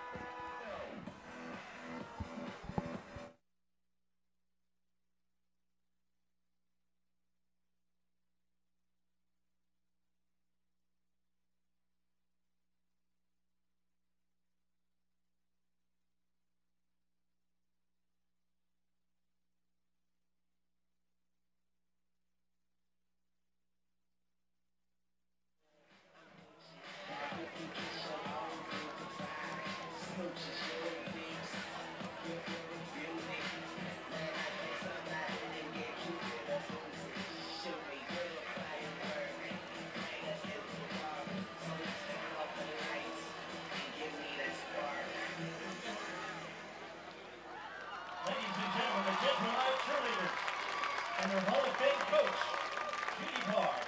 Thank you, ladies. And now, we have a very exciting halftime kicking contest again this season.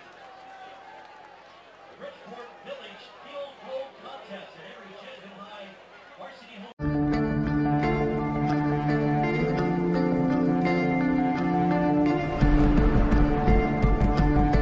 One match away from immortality. This is a total team effort. We're going to try to dictate to you what you're going to do on both offense and defense. We're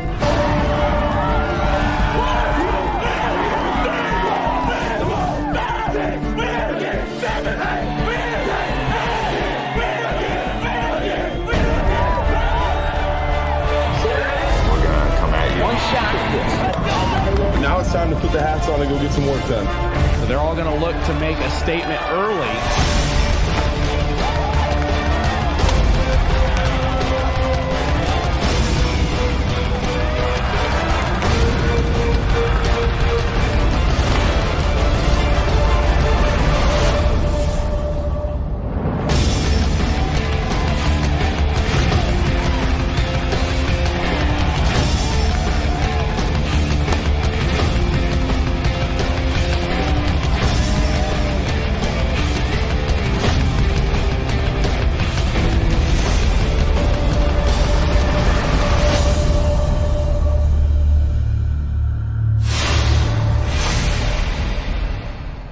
.3:16 left to go in this ball game.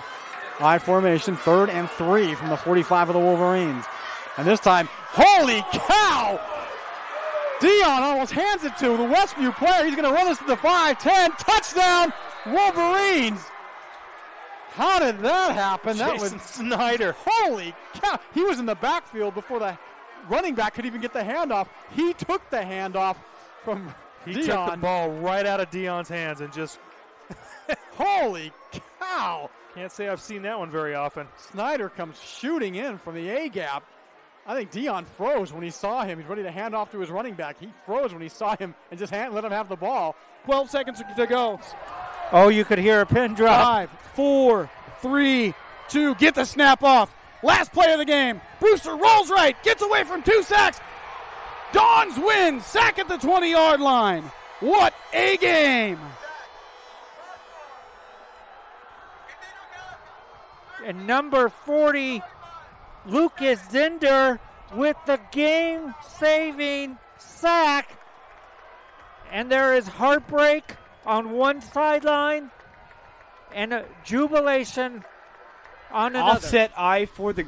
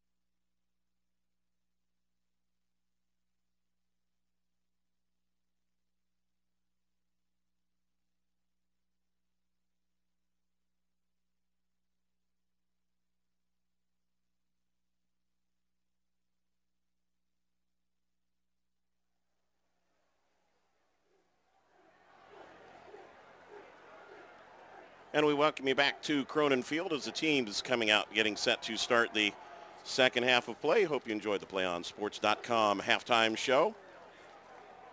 And Jesuit, well, they are just continuing to roll right now as they lead Union by a score 41-6, and everything hitting on all cylinders right now for the Crusaders in a game that was expected to be much more of a challenge for this Jesuit team.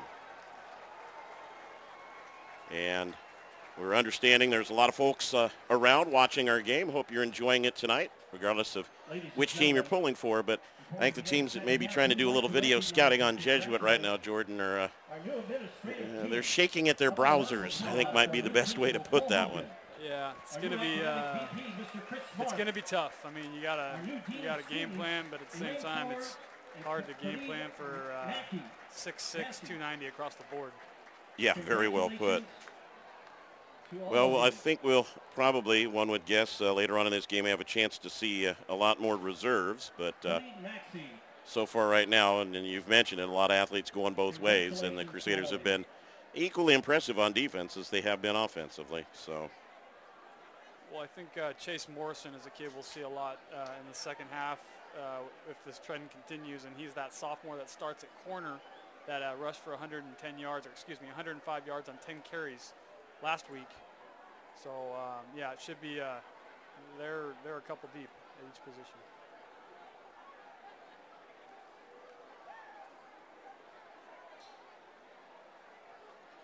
Just kind of looking at the two groups of fans at halftime, and I think fair to say the Crusader fans are admittedly honest. They didn't expect to be at this point, and the Union fans right now a little numb after that opening half of play.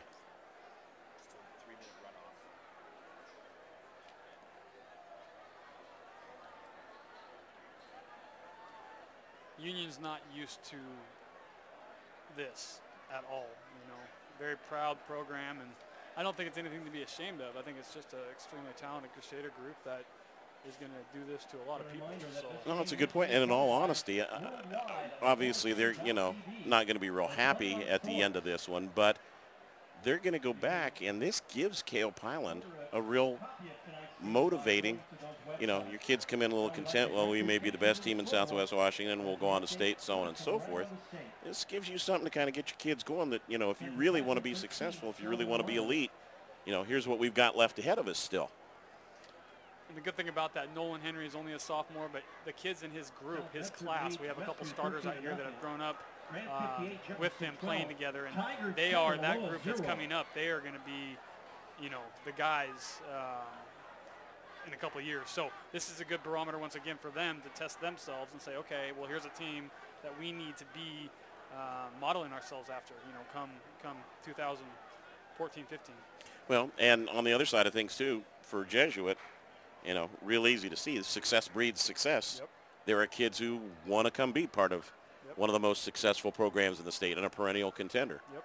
And that makes restocking the shelves that much easier for the Crusaders. And, oh, by the way, just to rub a little more salt into the wound, Jesuit gets the ball to start the second half. Yeah. Crusaders will receive the ball to start the second Buddy Webb's half. going to be back deep with Trent Werner for Jesuit. Teeing up the ball for the Titans. Number 13 is Trent Cowan. And, talking about the job that the Jesuit defense has done as well. I mean, I realize they're going to get the ball first, but this Union team put up nearly 400 yards of total offense last week. Last week, Henry was 12 of 18 passing. This week, no such luck. And he's had some drops, too. We've mentioned that in the first half. Yeah, Nolan's going to be a special kid. He really, really is. You can ask Taylor Barton about that one. He's just got some intangibles that other people don't have. Second half underway. Buddy Webb with it at the 6-yard line. He does not need a lot of room to get loose, and he takes the ball out to about the 30-yard line before he's finally headed down. Making the tackle for the Titans, number 3 is... First O unit still out for the Crusaders here to open the third quarter, as one would expect. And Martinet comes out from the sideline now with the opening play call for Jesuit in the third quarter.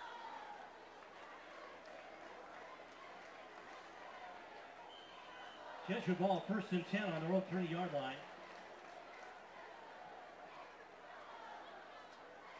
Little bobble on the snap. Martinek bobbles it a second time as he tried to pick it up and run, as he did in the first half, but still able to recover it.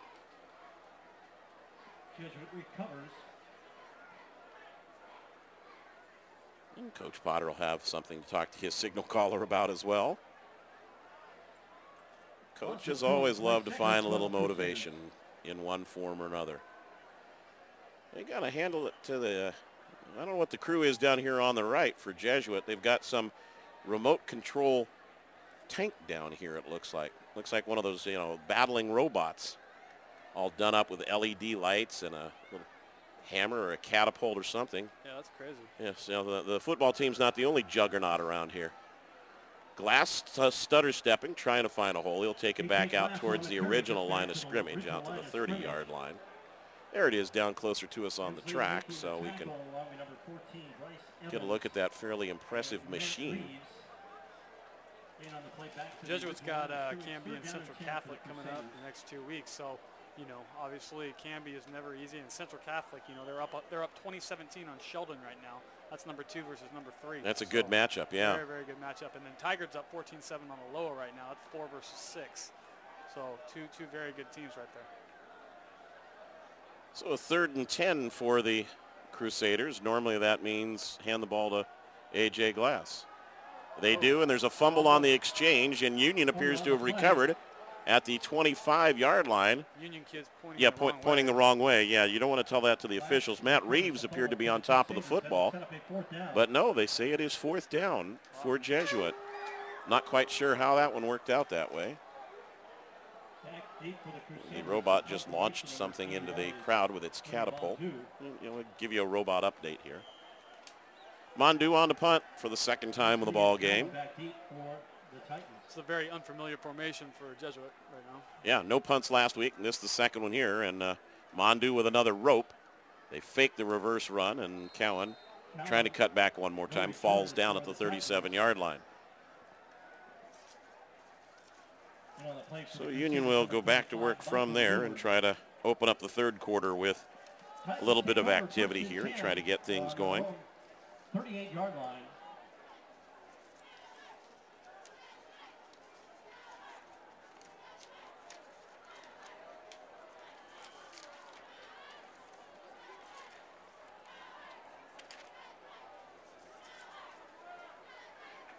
Twin backs for Union here as they come out on 1st down.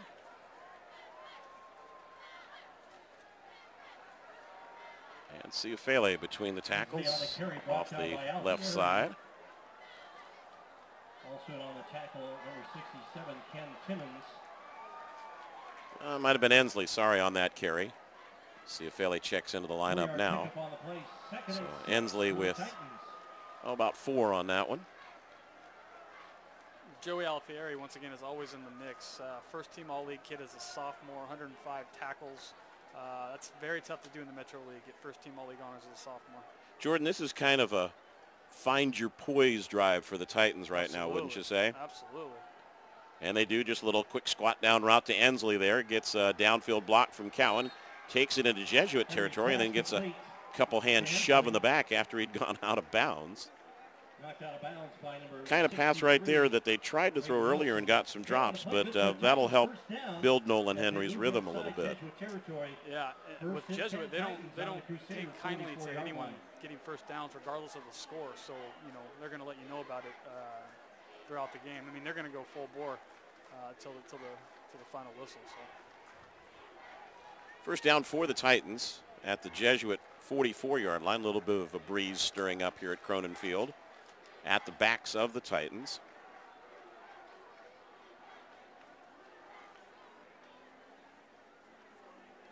And Ensley tried to kick it outside. Probably not the best read off that block that time. For the Crusaders, number 30 is Ben Hartmeyer. Trevay's a good-looking kid, though. He came out with Cowan and a couple of the other athletes as Nolan's at all of our camps, and they were impressive. I mean, they all work hard and do a lot of good things, and I really like the Union kids. I think they got an outstanding program, and once again, I can't harp on enough that this is not indicative. This score is not indicative of what Union is capable of. I think he tried to turn that play into more than it was set up to be, though. And Lost a couple, so 2nd and 12. Underneath it. Oh, boy, that got jumped. Was it intercepted? No. That one was a little bit too readable that time, and Ben Hartmeyer almost came up with the interception on the pass intended for Murfeld. Kind of tipped that one off a little bit that time. Tate Nelson just ran into Mr. Doug Brenner on that last play, and Doug has shattered every lifting record here at Jesuit over the last couple of years, and as most people know, he was just offered by the Ducks this week. What are you saying, he benched Nelson? Something like that. I missed it. Yes. All right. Trips to this narrow side now. Ball pretty close to middle of the field, though, on a 3rd and 12. Plenty of protection. If that's not been the case or the problem, going long again, 2 in the reception and hauled in. But again, Jordan, I have to think that that's a bit of a mistake somewhere. There's no way that Evans and Cowan are both supposed to be there, and Evans wisely backed away and let Cowan haul that in. No, yeah, that's an ass. That's a broken play, but take it where you can get it right now. But yeah, that's definitely not drawn up, or if that's drawn up, then we got some problems. So, yeah, good-looking throw by Henry, yeah, though. Absolutely, that's beautiful. That's what I'm talking about with Nolan. Only a sophomore, not even 16 years old yet, so you know he's got an extremely bright future. It woke up the Jesuit fans, especially the students, a little bit as the ball's at the 2-yard line and a 1st and goal for Union there. Crusader fans want the defense to shut them down here. Burfanger in front of Ciafale on 1st and goal, and a flag thrown over on the far sideline. Blue penalty on the flag on the play. Defense was lined up in the zone, and it'll be a 1-yard mark-off. Dead ball foul. Encroachment against the Crusaders, half the distance of the goal.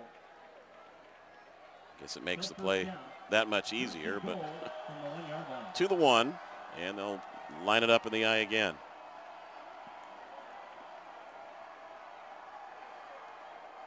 Ciafale left side, nowhere to go. There are about 3 guys in green standing up at the end of that play. Everybody else was in the pile. Nelson on the stop for Jesuit. About a 1.5 yard loss on the play. Union will load up a little bit more, bring Murfeld, the tight end, in and pull out one of the wide receivers as Evans goes to the sideline. If you watch Brenner, you'll see how disruptive he is. You know, something like this. It takes 2 people to even control him, so it's a huge advantage.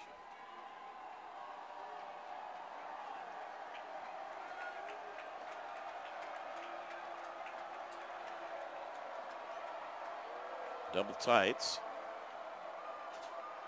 And they'll throw the lob to the corner, pulled in, caught for the touchdown. Great catch. Great grab by Cowan in the corner. They got the isolation. And Cowan kind of showing himself that he's got a pretty decent set of hands there. 2 great catches on that drive. 2-yard touchdown pass.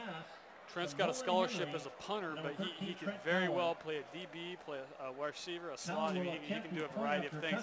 His brother is a potential All-American punter at Idaho this year. Mm-hmm. Yeah, he might want to do more than just punt. For the Titans, number 3, Brendan Quinn. Brendan Quinn will be the holder for Cowan. Missed the first point after attempt in the first half.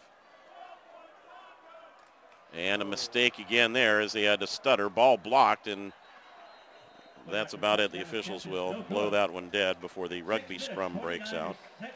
So PATs have not been part of the plan for Union so far tonight, not been able to pull it off successfully, so that'll give them something to work on. But they do open their first possession of the third quarter with a nice drive, including a couple of great catches by Cowan, and they cut it to 41-12. A reminder that PlayOnSports.com is not only your destination for Friday night football action, it's also the place for the most comprehensive coverage of high school playoff and championship events in all sports from across the country.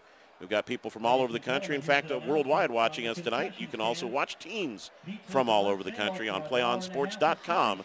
High school sports lives here. And a full pizza is $12.50.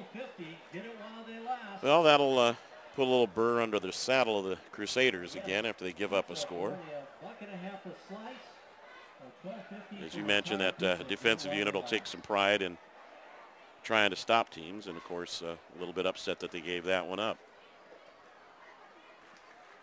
Third quarter score. Yeah, I expect Jesuits starters to go full bore for a couple series here. Interestingly, they've rotated the return men. Glass, who was one of the up men last time, is now back deep.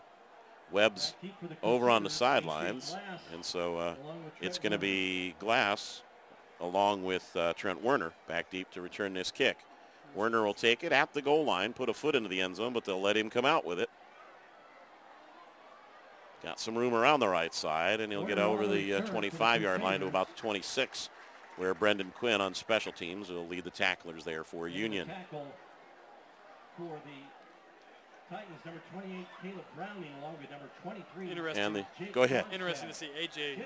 Glass returning kicks as well, considering how much he gets the ball out of the backfield and also playing defense. So I'm not surprised, if he sold popcorn at halftime, participated in the kicking contest for movie tickets, and he may be down driving the robot in between. He does do everything. He's available everywhere. He does. Good point.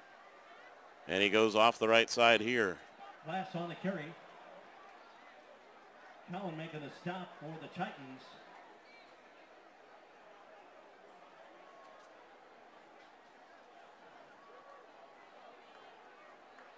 Surprised that the Crusaders haven't adopted the old Blondie song by now and admitted that the team has a heart of glass. He has just lifted this team, and it's a great group of athletes. They're not singling one out, but boy.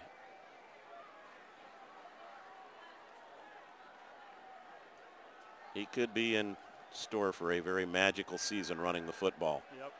Martinek, just a little toss in the flat, and off they go. Good stiff arm as well by Alfieri. Ball loose, and Union has recovered it. Number 10, Matt Reeves with the fumble recovery. Mondu over trying to argue that Alfieri was down, but Union takes like over first and 10 on the Jesuit 41-yard line. It'll belong to Union in Jesuit territory, and the Titans will try to see if they can get a little bit more bounce back here. And Union's often been a very good second half team. They do a very good job of making those halftime adjustments and coming out. The thing with Jesuit is they are so disciplined. You rarely see them make multiple mistakes or fumble. So with that, you get a lead like they have right now, and it's extremely difficult for anyone to make a significant run. Quick little toss in the flat to Ensley. Downfield blocking for him from Cowan and from Henry, and they'll turn that into about an 8-yard gain. Jordan, talk a little bit about that play. You see it a lot at the college level more than anything else. It's a high percentage pass, of course, too, but you're just trying to get quick isolation for the receiver, aren't you? Yeah, I mean, in a situation like this, it's kind of a safety net. You get the ball, you get the open field, get the man one-on-one, and anything can happen. And right now, they're in their own territory, and you can definitely make something happen. And fans will say, geez, why don't they stop that? And the minute you fly somebody up at him, little pump and go, and all of a sudden you're beat by 10 yards. Looking to go long again for Cowan. Double coverage there, and he still goes up. A flag thrown. I think they may get him for offensive pass interference because no one has signaled a catch or a touchdown, and it looked as though he pulled the ball in. Great catch. And I think he pushed off one of the two defenders, though, to get himself a little bit of room. It was a great catch regardless. Might say a throw you might not want to make against a double coverage team. No. And that is the call. They will say that Cowan pushed off to create space. Tough call there to nullify what appeared to be another great catch for Cowan. Did you see the separation there a little bit? Yeah, I mean, I think he created some space. I can just hear Taylor right now talking to Nolan about throwing that ball into double coverage, and just, that's where Nolan is gonna go back, look at this film, learn from all the mistakes. Not that he's made a bunch of mistakes, but he's the type of kid that will not watch his own touchdown passes, but watch what he did wrong. So well, and that's the type of play too, where a kid thinks you get the mentality that, I can get a 14-point play here, which, of course, is really not possible, and don't try to force it quite that much. Yeah. Yep. Lost it down as well on the play, so with the 15-yard penalty.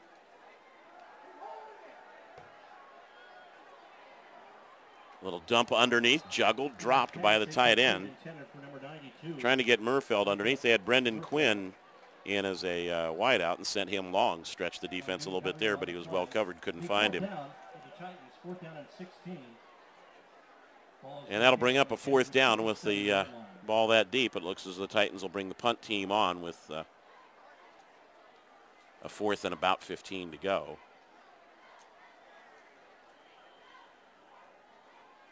Glass all of a sudden comes out from the sideline, so now he's going to return punts too. You said it. I'm telling you. Probably the last guy mopping up the locker room tonight too. Most likely. Cowan to kick, scrimmage at the 48-yard line. That's his best looking punt of the night. Glass standing at the 10 will let it go, and it takes a strong Union hop, more than they wanted, and will go into the end zone for a touchback after a 52-yard punt.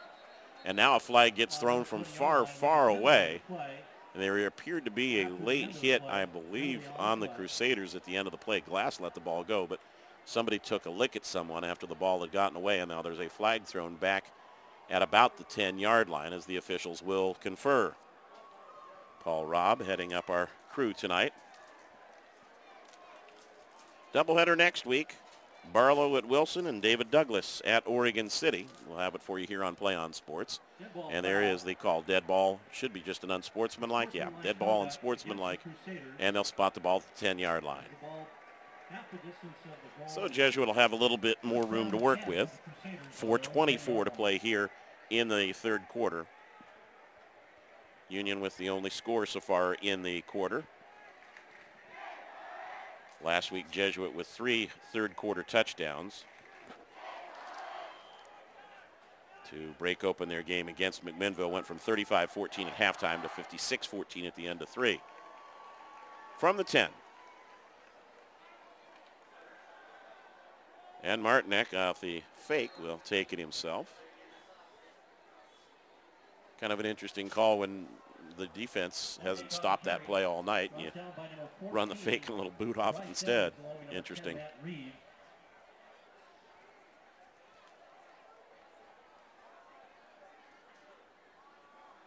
Got a couple on it.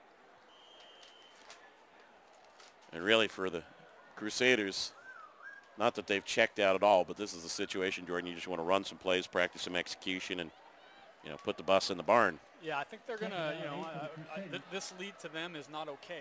So, I think they're going to do what they need to do moving forward for the rest of the game.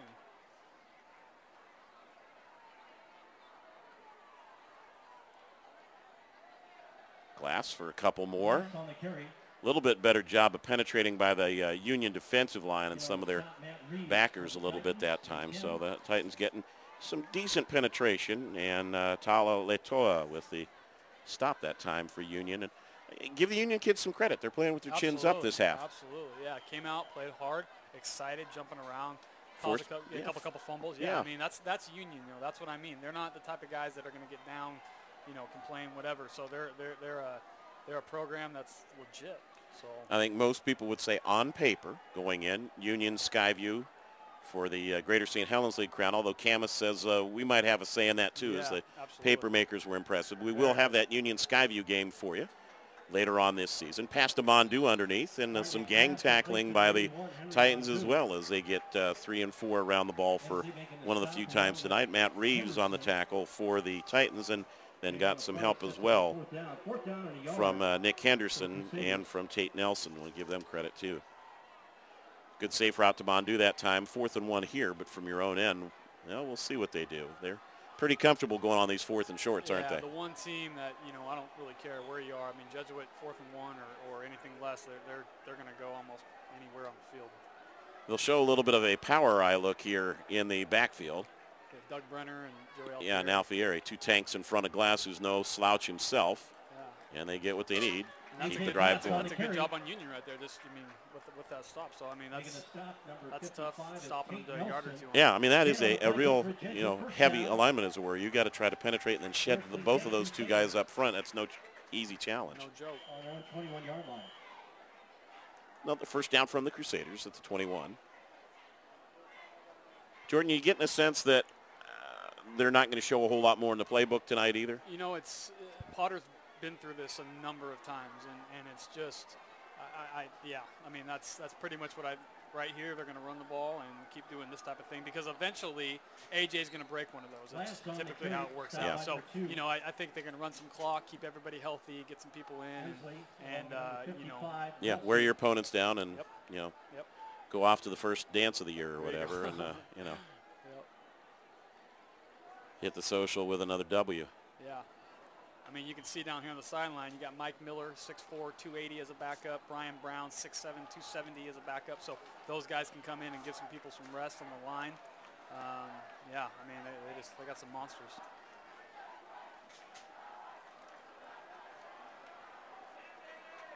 Out to the 40-yard line and another first down. And on the play, good for another Jesuit first down. AJ's been looking at a lot of Ivy League schools. He's a very, very smart kid, and he's took a lot of trips out that way this summer. Saw about 10 to 12 different schools, and the Ivy League schools really like him. So that's how could they not? Yeah. Inside the final minute of the third quarter, and of course Ivy League non-scholarship, but there's a lot of financial programs that are put together. But you know, real concentration on it. No postseason for the Ivy League football teams. Nope. So basketball, yes, but football, no. Take that education and run with it. Also in on the play, Burfangler, number 38, along with number 28, Caleb Browning. At the 44-yard line after that carry by Glass. 6 for the Crusaders on their own 44-yard line.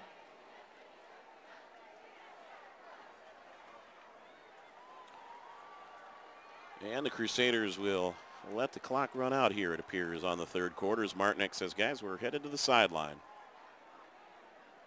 Well, a score for Union in the quarter. Narrowed the gap a little bit, but Jesuit still comfortably in control here at the end of 3 quarters of play. With the score, the Jesuit Crusaders 41 and the Union Titans 12. We'll be back with the fourth quarter from Cronin Field in Hillsboro on Friday Night Football here on PlayOn.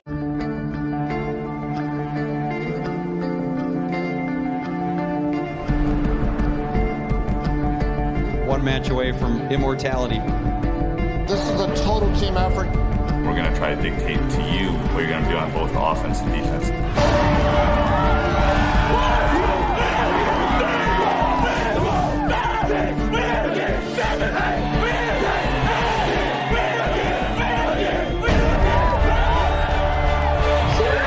going to come at you. One shot at this. Now it's time to put the hats on and go get some work done. So they're all going to look to make a statement early.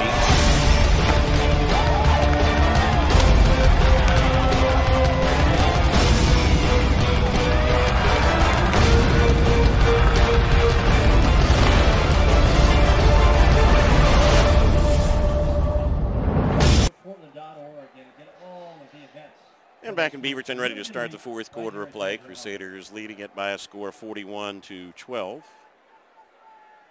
Beautiful facility here at Cronin Field, and as we said, we'll be back for Jesuit and Aloha a little bit later this season, and we think a lot of folks think that one may be for the Metro. I don't know. We'll see. That Jesuit-Aloha game could be a pretty good contest, and we'll have that one coming up for you a little bit later this season. Start of the fourth quarter now as the Crusaders leading it 41-12, and they're just about broken. That's what Jordan was telling you there at the end of the third quarter, and pretty fair tackle made that time by Cowan. He's been all over the field as well for the Union Titans, but a good stop there to prevent what looked like a score momentarily. First down, first and 10 Crusaders on the Titan 48-yard Doug line. Brenner playing tight end with Mondu is just a huge asset. I mean, 6'3", 280. And the strongest kid to ever come out of the school. Kind of helps. Yeah, this is a real basic formation, but they just line up until you come after us. And it also maintains ball possession, maintains clock time for the Crusaders as Glass carries once again. By a ton of Titans.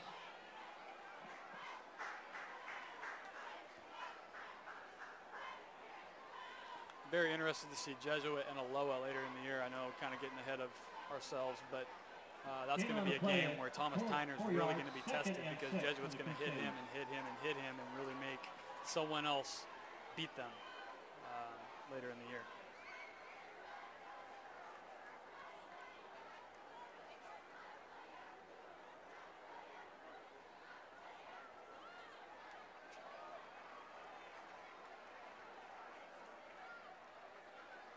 Glass up the middle, vaults over another tackler and gets a first down, 35-yard line. Bryce Evans on the stop for the Titans, along with number 27, Kevin Grimstead. And the Crusaders will make a little shift now. Bring Nelson out. And they'll bring Trent Werner back in as a wide receiver. Spread the field just a little bit on first down here. They've loved getting an ISO or two to Werner here on this long run down the sideline. Very athletic kid. And instead, Martinek will touch, and A.J. Glass will be the lead blocker for him as he says, all right, you know, we've given it to A.J. enough. I want to get a little positive yardage for myself, and he'll be close to a first down once again, just short of the marker. That's where Christian's so dangerous. He can take off and run at any time. He's super athletic, 6'4", 220. Not quick necessarily, but he, you know, gets pretty lanky strides, eats up ground in a hurry. Yeah, he's just an athlete. He'll lower his shoulder if he needs to. I mean, he's a big kid, so I mean, he plays DN. Lowers his right shoulder. Yeah. Yeah, there you go. Keep that pitching arm and quarterbacking arm away as well.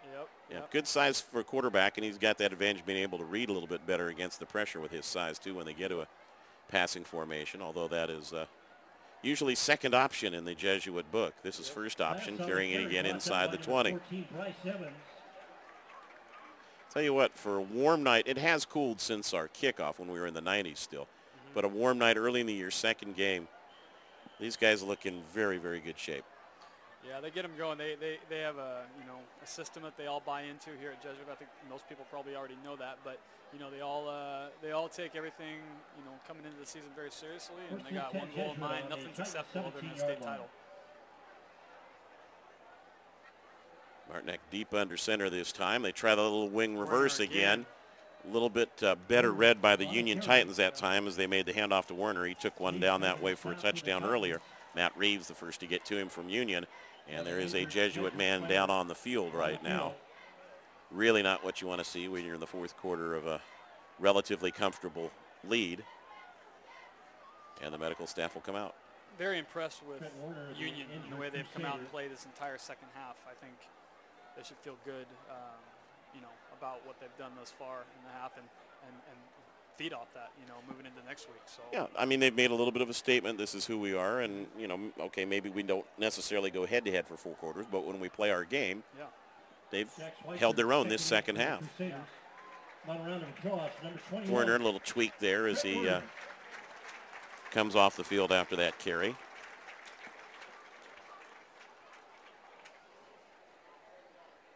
Jack Schweitzer will come in for him as Martinek gets the play call. Schweitzer's a talented junior. Got a pick last week. It's getting some good PT.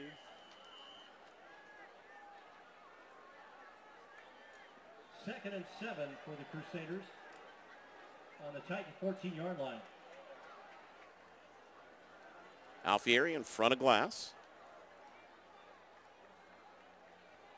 And they may look for Schweitzer. Martinek with time gets the underneath route instead and through the hands of Mondu.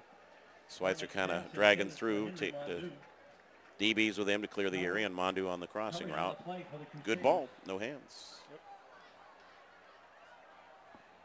Martin's a talented kid. I mean, I don't know.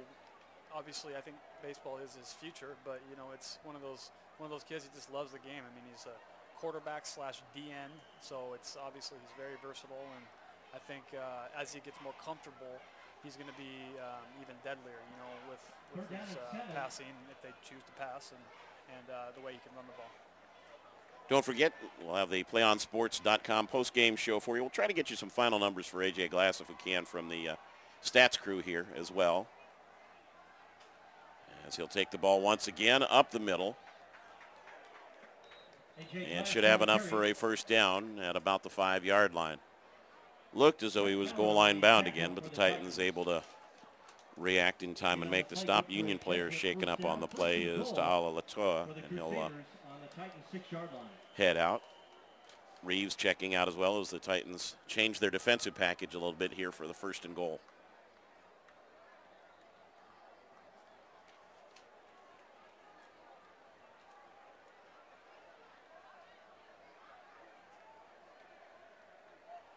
Back to the power I for Jesuit.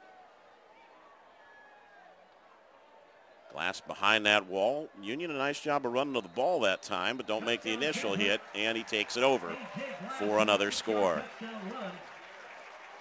Looked as though they had a shot at him in the backfield, but couldn't wrap him up. Glass a little slow there. It wasn't hobbling necessarily, but he appears to be okay as he comes off the sidelines with another score. Yeah, he's in phenomenal shape. I mean, he took this offseason and just did nothing but work out. So he's ready to go and take, 30 carries a game or whatever it is. Pretty good chance he might be the state large school scoring leader when all's said and done this year if he keeps up this clip. Yeah, he's definitely player of the year. Might be threatened by his teammate right there if they ever have a field goal situation. Otherwise, if he's going to be kicking ones, he may not have a chance while AJ's picking up sixes.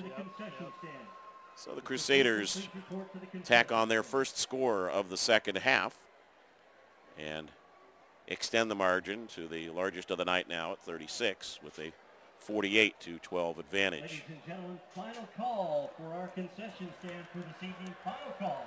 Still 8:05 to play here in the 4th quarter.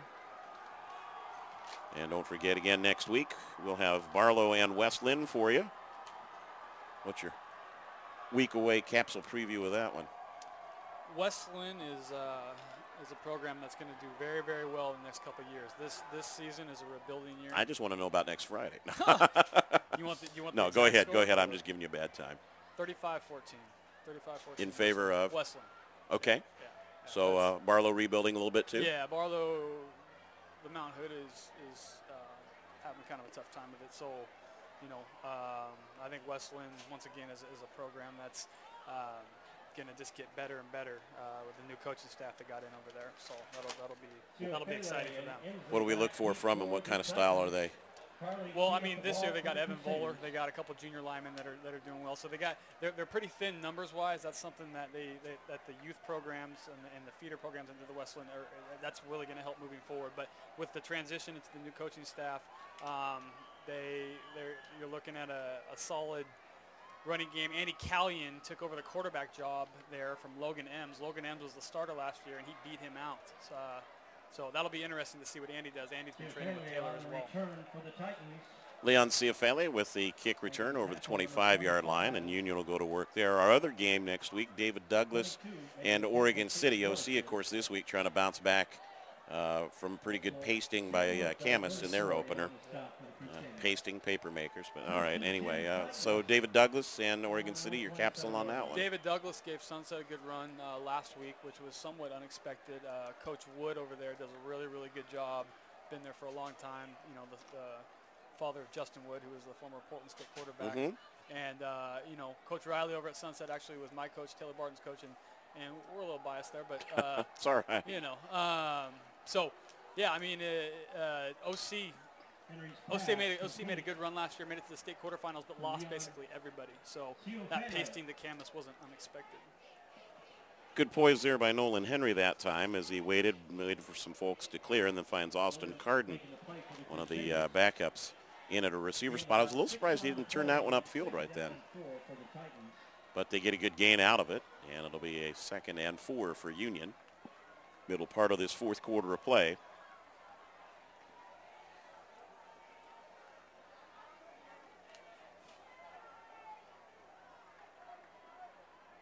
Ensley in at the tailback spot this time as the Titans continue to shuttle backs. Does a nice job of trying to pick his hole. He gets that good stutter step before the break, but there just isn't a place to hop and skip outside to. Yeah, once again, it's just that size differential. There's only so much you can do. I mean, what I like about Union is there's no quitting them. I mean, they're going to battle till this thing's over. So I give Union a bunch of props for the way they conduct themselves, the way they play. Alex Burfanger will come in here on 3rd down, and Ciafele will check out. Burfanger, the up man, in front of Ensley. Third and about a yard and a half for the Titans to try to keep this drive alive. And they look to throw. A little safe route, but long time in the air. Caught? Wow. Thought that was going to get broken up at least, but a catch made over on the far sideline. Nice job by Henry, or Evans, excuse me, Henry the passer. Dangerous. But, yeah, I thought he'd at least get a hand on it and get the deflection that time, the DB. First down, 1st and 10 Titans on their own 41-yard line. That's Andrew Kirkland, the Washington commit, going in to play a little defense. So they'll go to the 41. 1st and 10 there. Yeah, this is one of those alternative nights, isn't it? Everybody gets a chance at looking at some spots. Ooh. Nice crackback block on the corner to give Ensley some room. Ensley on the carry. One helmet off, and a flag thrown back at the 39-yard line. Looking at number 65, Max Rich down there, 6'7", 318 pounds. He's got 7 offers, including Washington State, and a couple of them, obviously, the Ivy League can't offer, but Ivy League schools have been recruiting him very hard. The top lineman out of Washington, Mason Friedline, chose Yale over 4 or 5 Pac-12 schools. So very interesting how, you know, some of these kids do choose education over where they're going to play football. And maybe the opportunity to head cross country that they wouldn't have otherwise too. But kudos to the Ivy League for getting out here and having some input. When they get Washington's top offensive linemen to come there over Washington, Washington State, Arizona State, Oregon State, that gives them hope. And they're gonna, you know, they're gonna come after kids like Rich, who's almost 6'8". You know, that normally you wouldn't think he would go somewhere, but a lot of kids are putting education first. Still 1st down for the Titans. This ball moved all the way back to the 29-yard line as that hold occurred in the Titan backfield, a couple yards behind the line of scrimmage. So this one will be a 1st and 22 now for the Titans as they'll go trips to the wide side.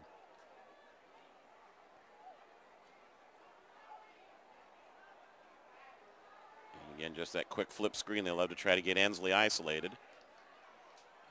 Good one-on-one tackle that time, and give Ensley some credit as he kept it alive for a while.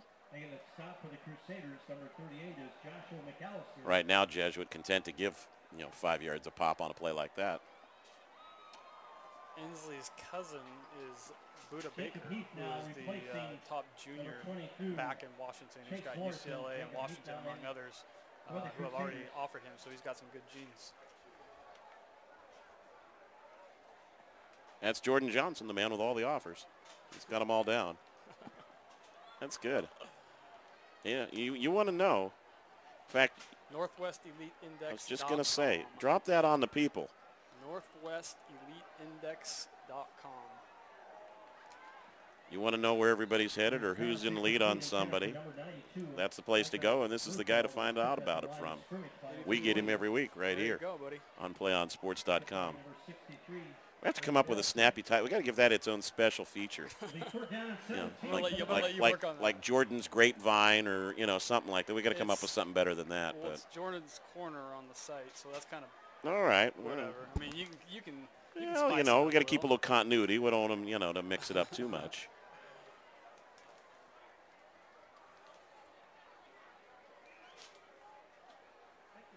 Third and long here for the Titans. They're trying to throw the underneath screen, and that's just sniffed out completely by Jesuit. Ooh. Yeah, hopefully he didn't catch anything there just with that cut in the turf, Nolan Henry. Carry for the Titans.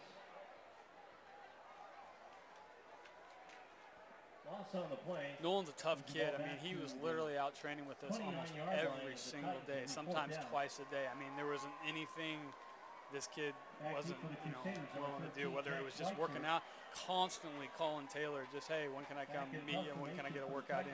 So Nolan's one of those guys that's just, you just know he's destined for greatness.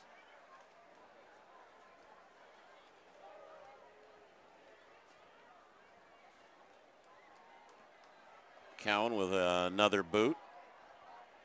And it will roll out of bounds inside the Jesuit 35-yard line. Jack Schweitzer had dreams right there and wisely let it fly away. Inside of 5 minutes to play here, and As we said, really a situation now for the Crusaders of just making the clock their friend. And it looks as though they are going to bring some of the twos in now. Elliot Nisler, a senior, will come in at quarterback.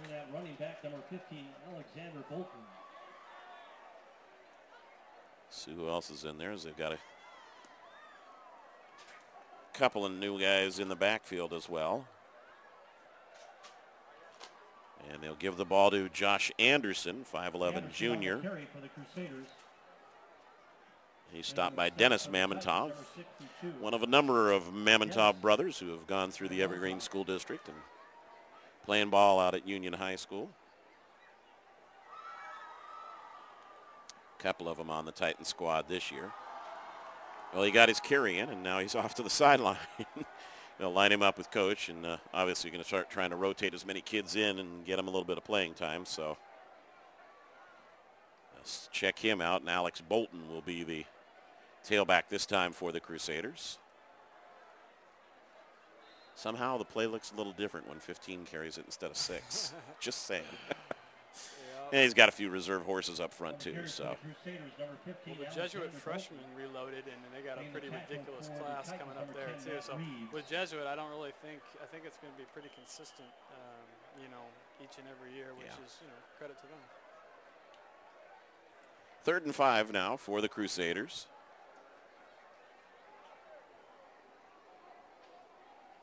Joseph Doomer, the up back, we haven't been giving him credit for being the lead blocker for these guys as they carry the ball. Bolton again on the carry for the Crusaders. Hey, Coach, no fair. He got 2 carries in a row. Fulton there out to the 43-yard line. So a 4th and a long 2 there. And all indications that this group will go for it.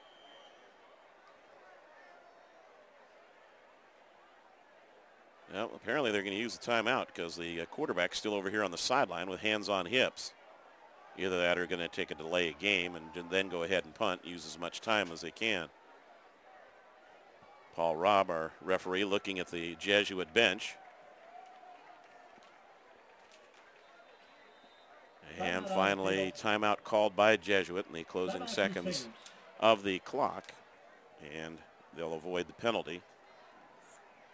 A little over 2.5 to go, and Jesuit lining it up here to punt one more time to Union. Don't forget, we'll have the PlayOnSports.com post-game show for you.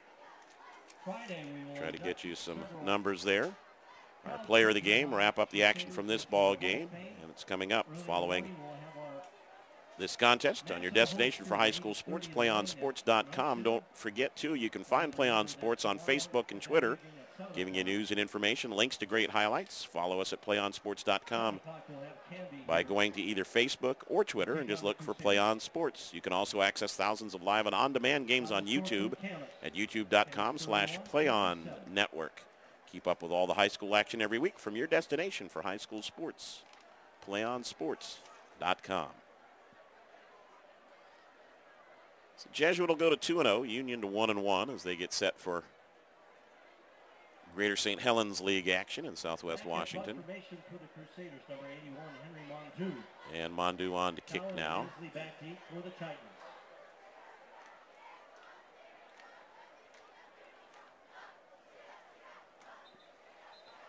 And a whistle and a flag. Kind of a half-hearted whistle there. Kid's got a boot. Well, yeah, when they blow the whistle, there's no pressure, right? Well, that's Mondu. Yeah. You know what I want to do for a second, if you wouldn't mind, while we're waiting to run this one out, I'm going to probably have you do a little relay work for us and check with the Jesuit statisticians now that Glass is out of the game. Let's just see if we can get a number for his rushing total. So we'll have that for our post game while we're waiting to get punt formation again. Dead ball foul, 5-yard penalty, legal procedure against Jesuit. Somebody got a little overeager to race down the field on that one, so they back him up 5 more, which, of course, just gives Mondu more room to kick. And he gets off a better effort. Some of his have been low-line drivers. They tried to run the reverse, and Ensley touched his knee to the ground in making the catch, which ends the play right there before the Titans can go to any of the trickeration. So instead the offense will come back out. And the Titans will try to get some more points on the board here with a little more than 2 to play in the ball game.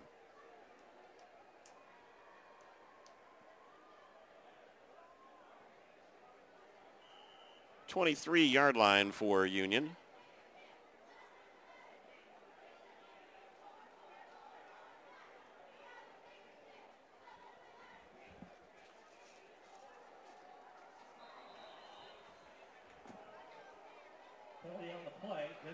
So we'll hold on to Glass's numbers for our post-game show, and another impressive outing. We'll have that for you. Give you a reason to stick around here for the PlayOn Sports post-game show and be able to. I don't think there's a whole lot of guessing about who our Jesuit player of the game would be anyway. 1st and 5 now after the call on the Crusaders. And Ciafele off the right side. There's a little bit of showing of what he has potentially. And a lot of what, you see him slam the ball in frustration, was hoping to break one. Over the century mark a week ago in his first start with the varsity, and he's going to be a load for teams in Southwest Washington this year. Game is good for a first down, 1st and 10. You have to talk to Taylor about him, get him on your training regimen. Yeah, well, we're actually looking forward to getting out to Vancouver and working with a lot more of the kids out that way, too. We're expanding, so it'll be really fun to see more of the Washington kids over the next couple of years. Making it easy for them so they don't have to travel. There you go. Henry and Cowan at the wideout spots. And they'll give the up man on the quick hitter that time. Burfanger, the ball carrier, took a lick and fell forward a little bit more. Tough kid there. And he'll pick up about 3 with that lean. Number 29, Chris Herrera, also in on that play. Jacob Heath, number 3. 3-yard pickup on the play. 2nd and 7 for the Titans.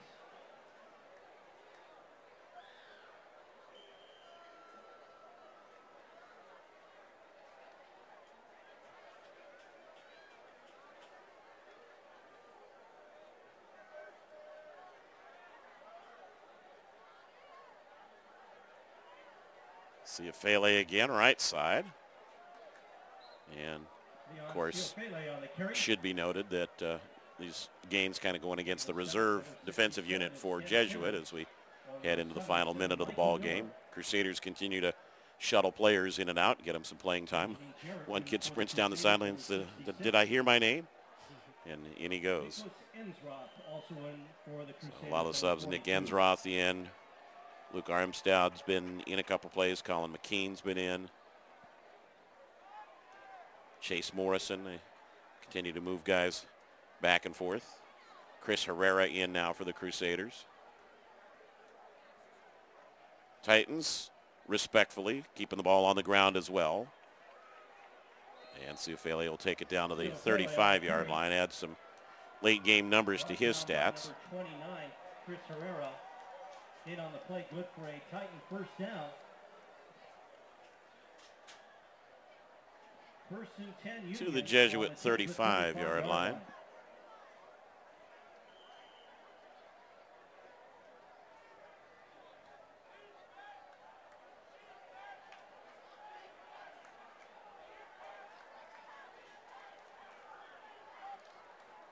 And Ciafele, nice tackle in the gap that time, one-on-one. Good solid hit by Josiah McAllister, 6-foot senior. Good form tackle that time. 4-yard pickup on the play, 2nd and 6 for the Titans. And the Titans are going to just let it roll from there. Cale Pyland already out on the field. Tells his players, get lined up. They'll shake hands with the Jesuit Crusaders. A good second half for the Union Titans with a game that was well beyond reach by the time we hit intermission. Final score in this one, the Jesuit Crusaders go to 2-0. The Union Titans 1-1. 48-12 in favor of Jesuit. We invite you to stay tuned for the PlayOnSports.com post-game show coming up next on PlayOnSports.com, your home for high school sports. High school football history. We can get a player up here. Oh, that's good stuff. All right, perfect. Prepare a Wiley Ballard graphic. Do you want me to start the stream? Start the stream. Camera 3. Beautiful. We're coming in on 1. For more information on how your school can join the Play On School broadcast program, go to playonsports.com/SBP. 4th and 10. And we welcome you back to Cronin Field in Beaverton, as they were just announcing that this is the 400th win in the history of the Jesuit high school program, including 23 league championships and 5 state titles. 400, 165, and 9 to be precise. And they showed a great deal of that tradition and history in this game tonight. Yeah. Jesuit's a proud program. I mean, they're always going to be tough regardless. And, you know, being in the Metro League, they're going to consistently get good teams, giving them their best every single week. So getting that from them, that's going to be important moving forward, because you're never going to get a team that's, you know, not coming ready to play.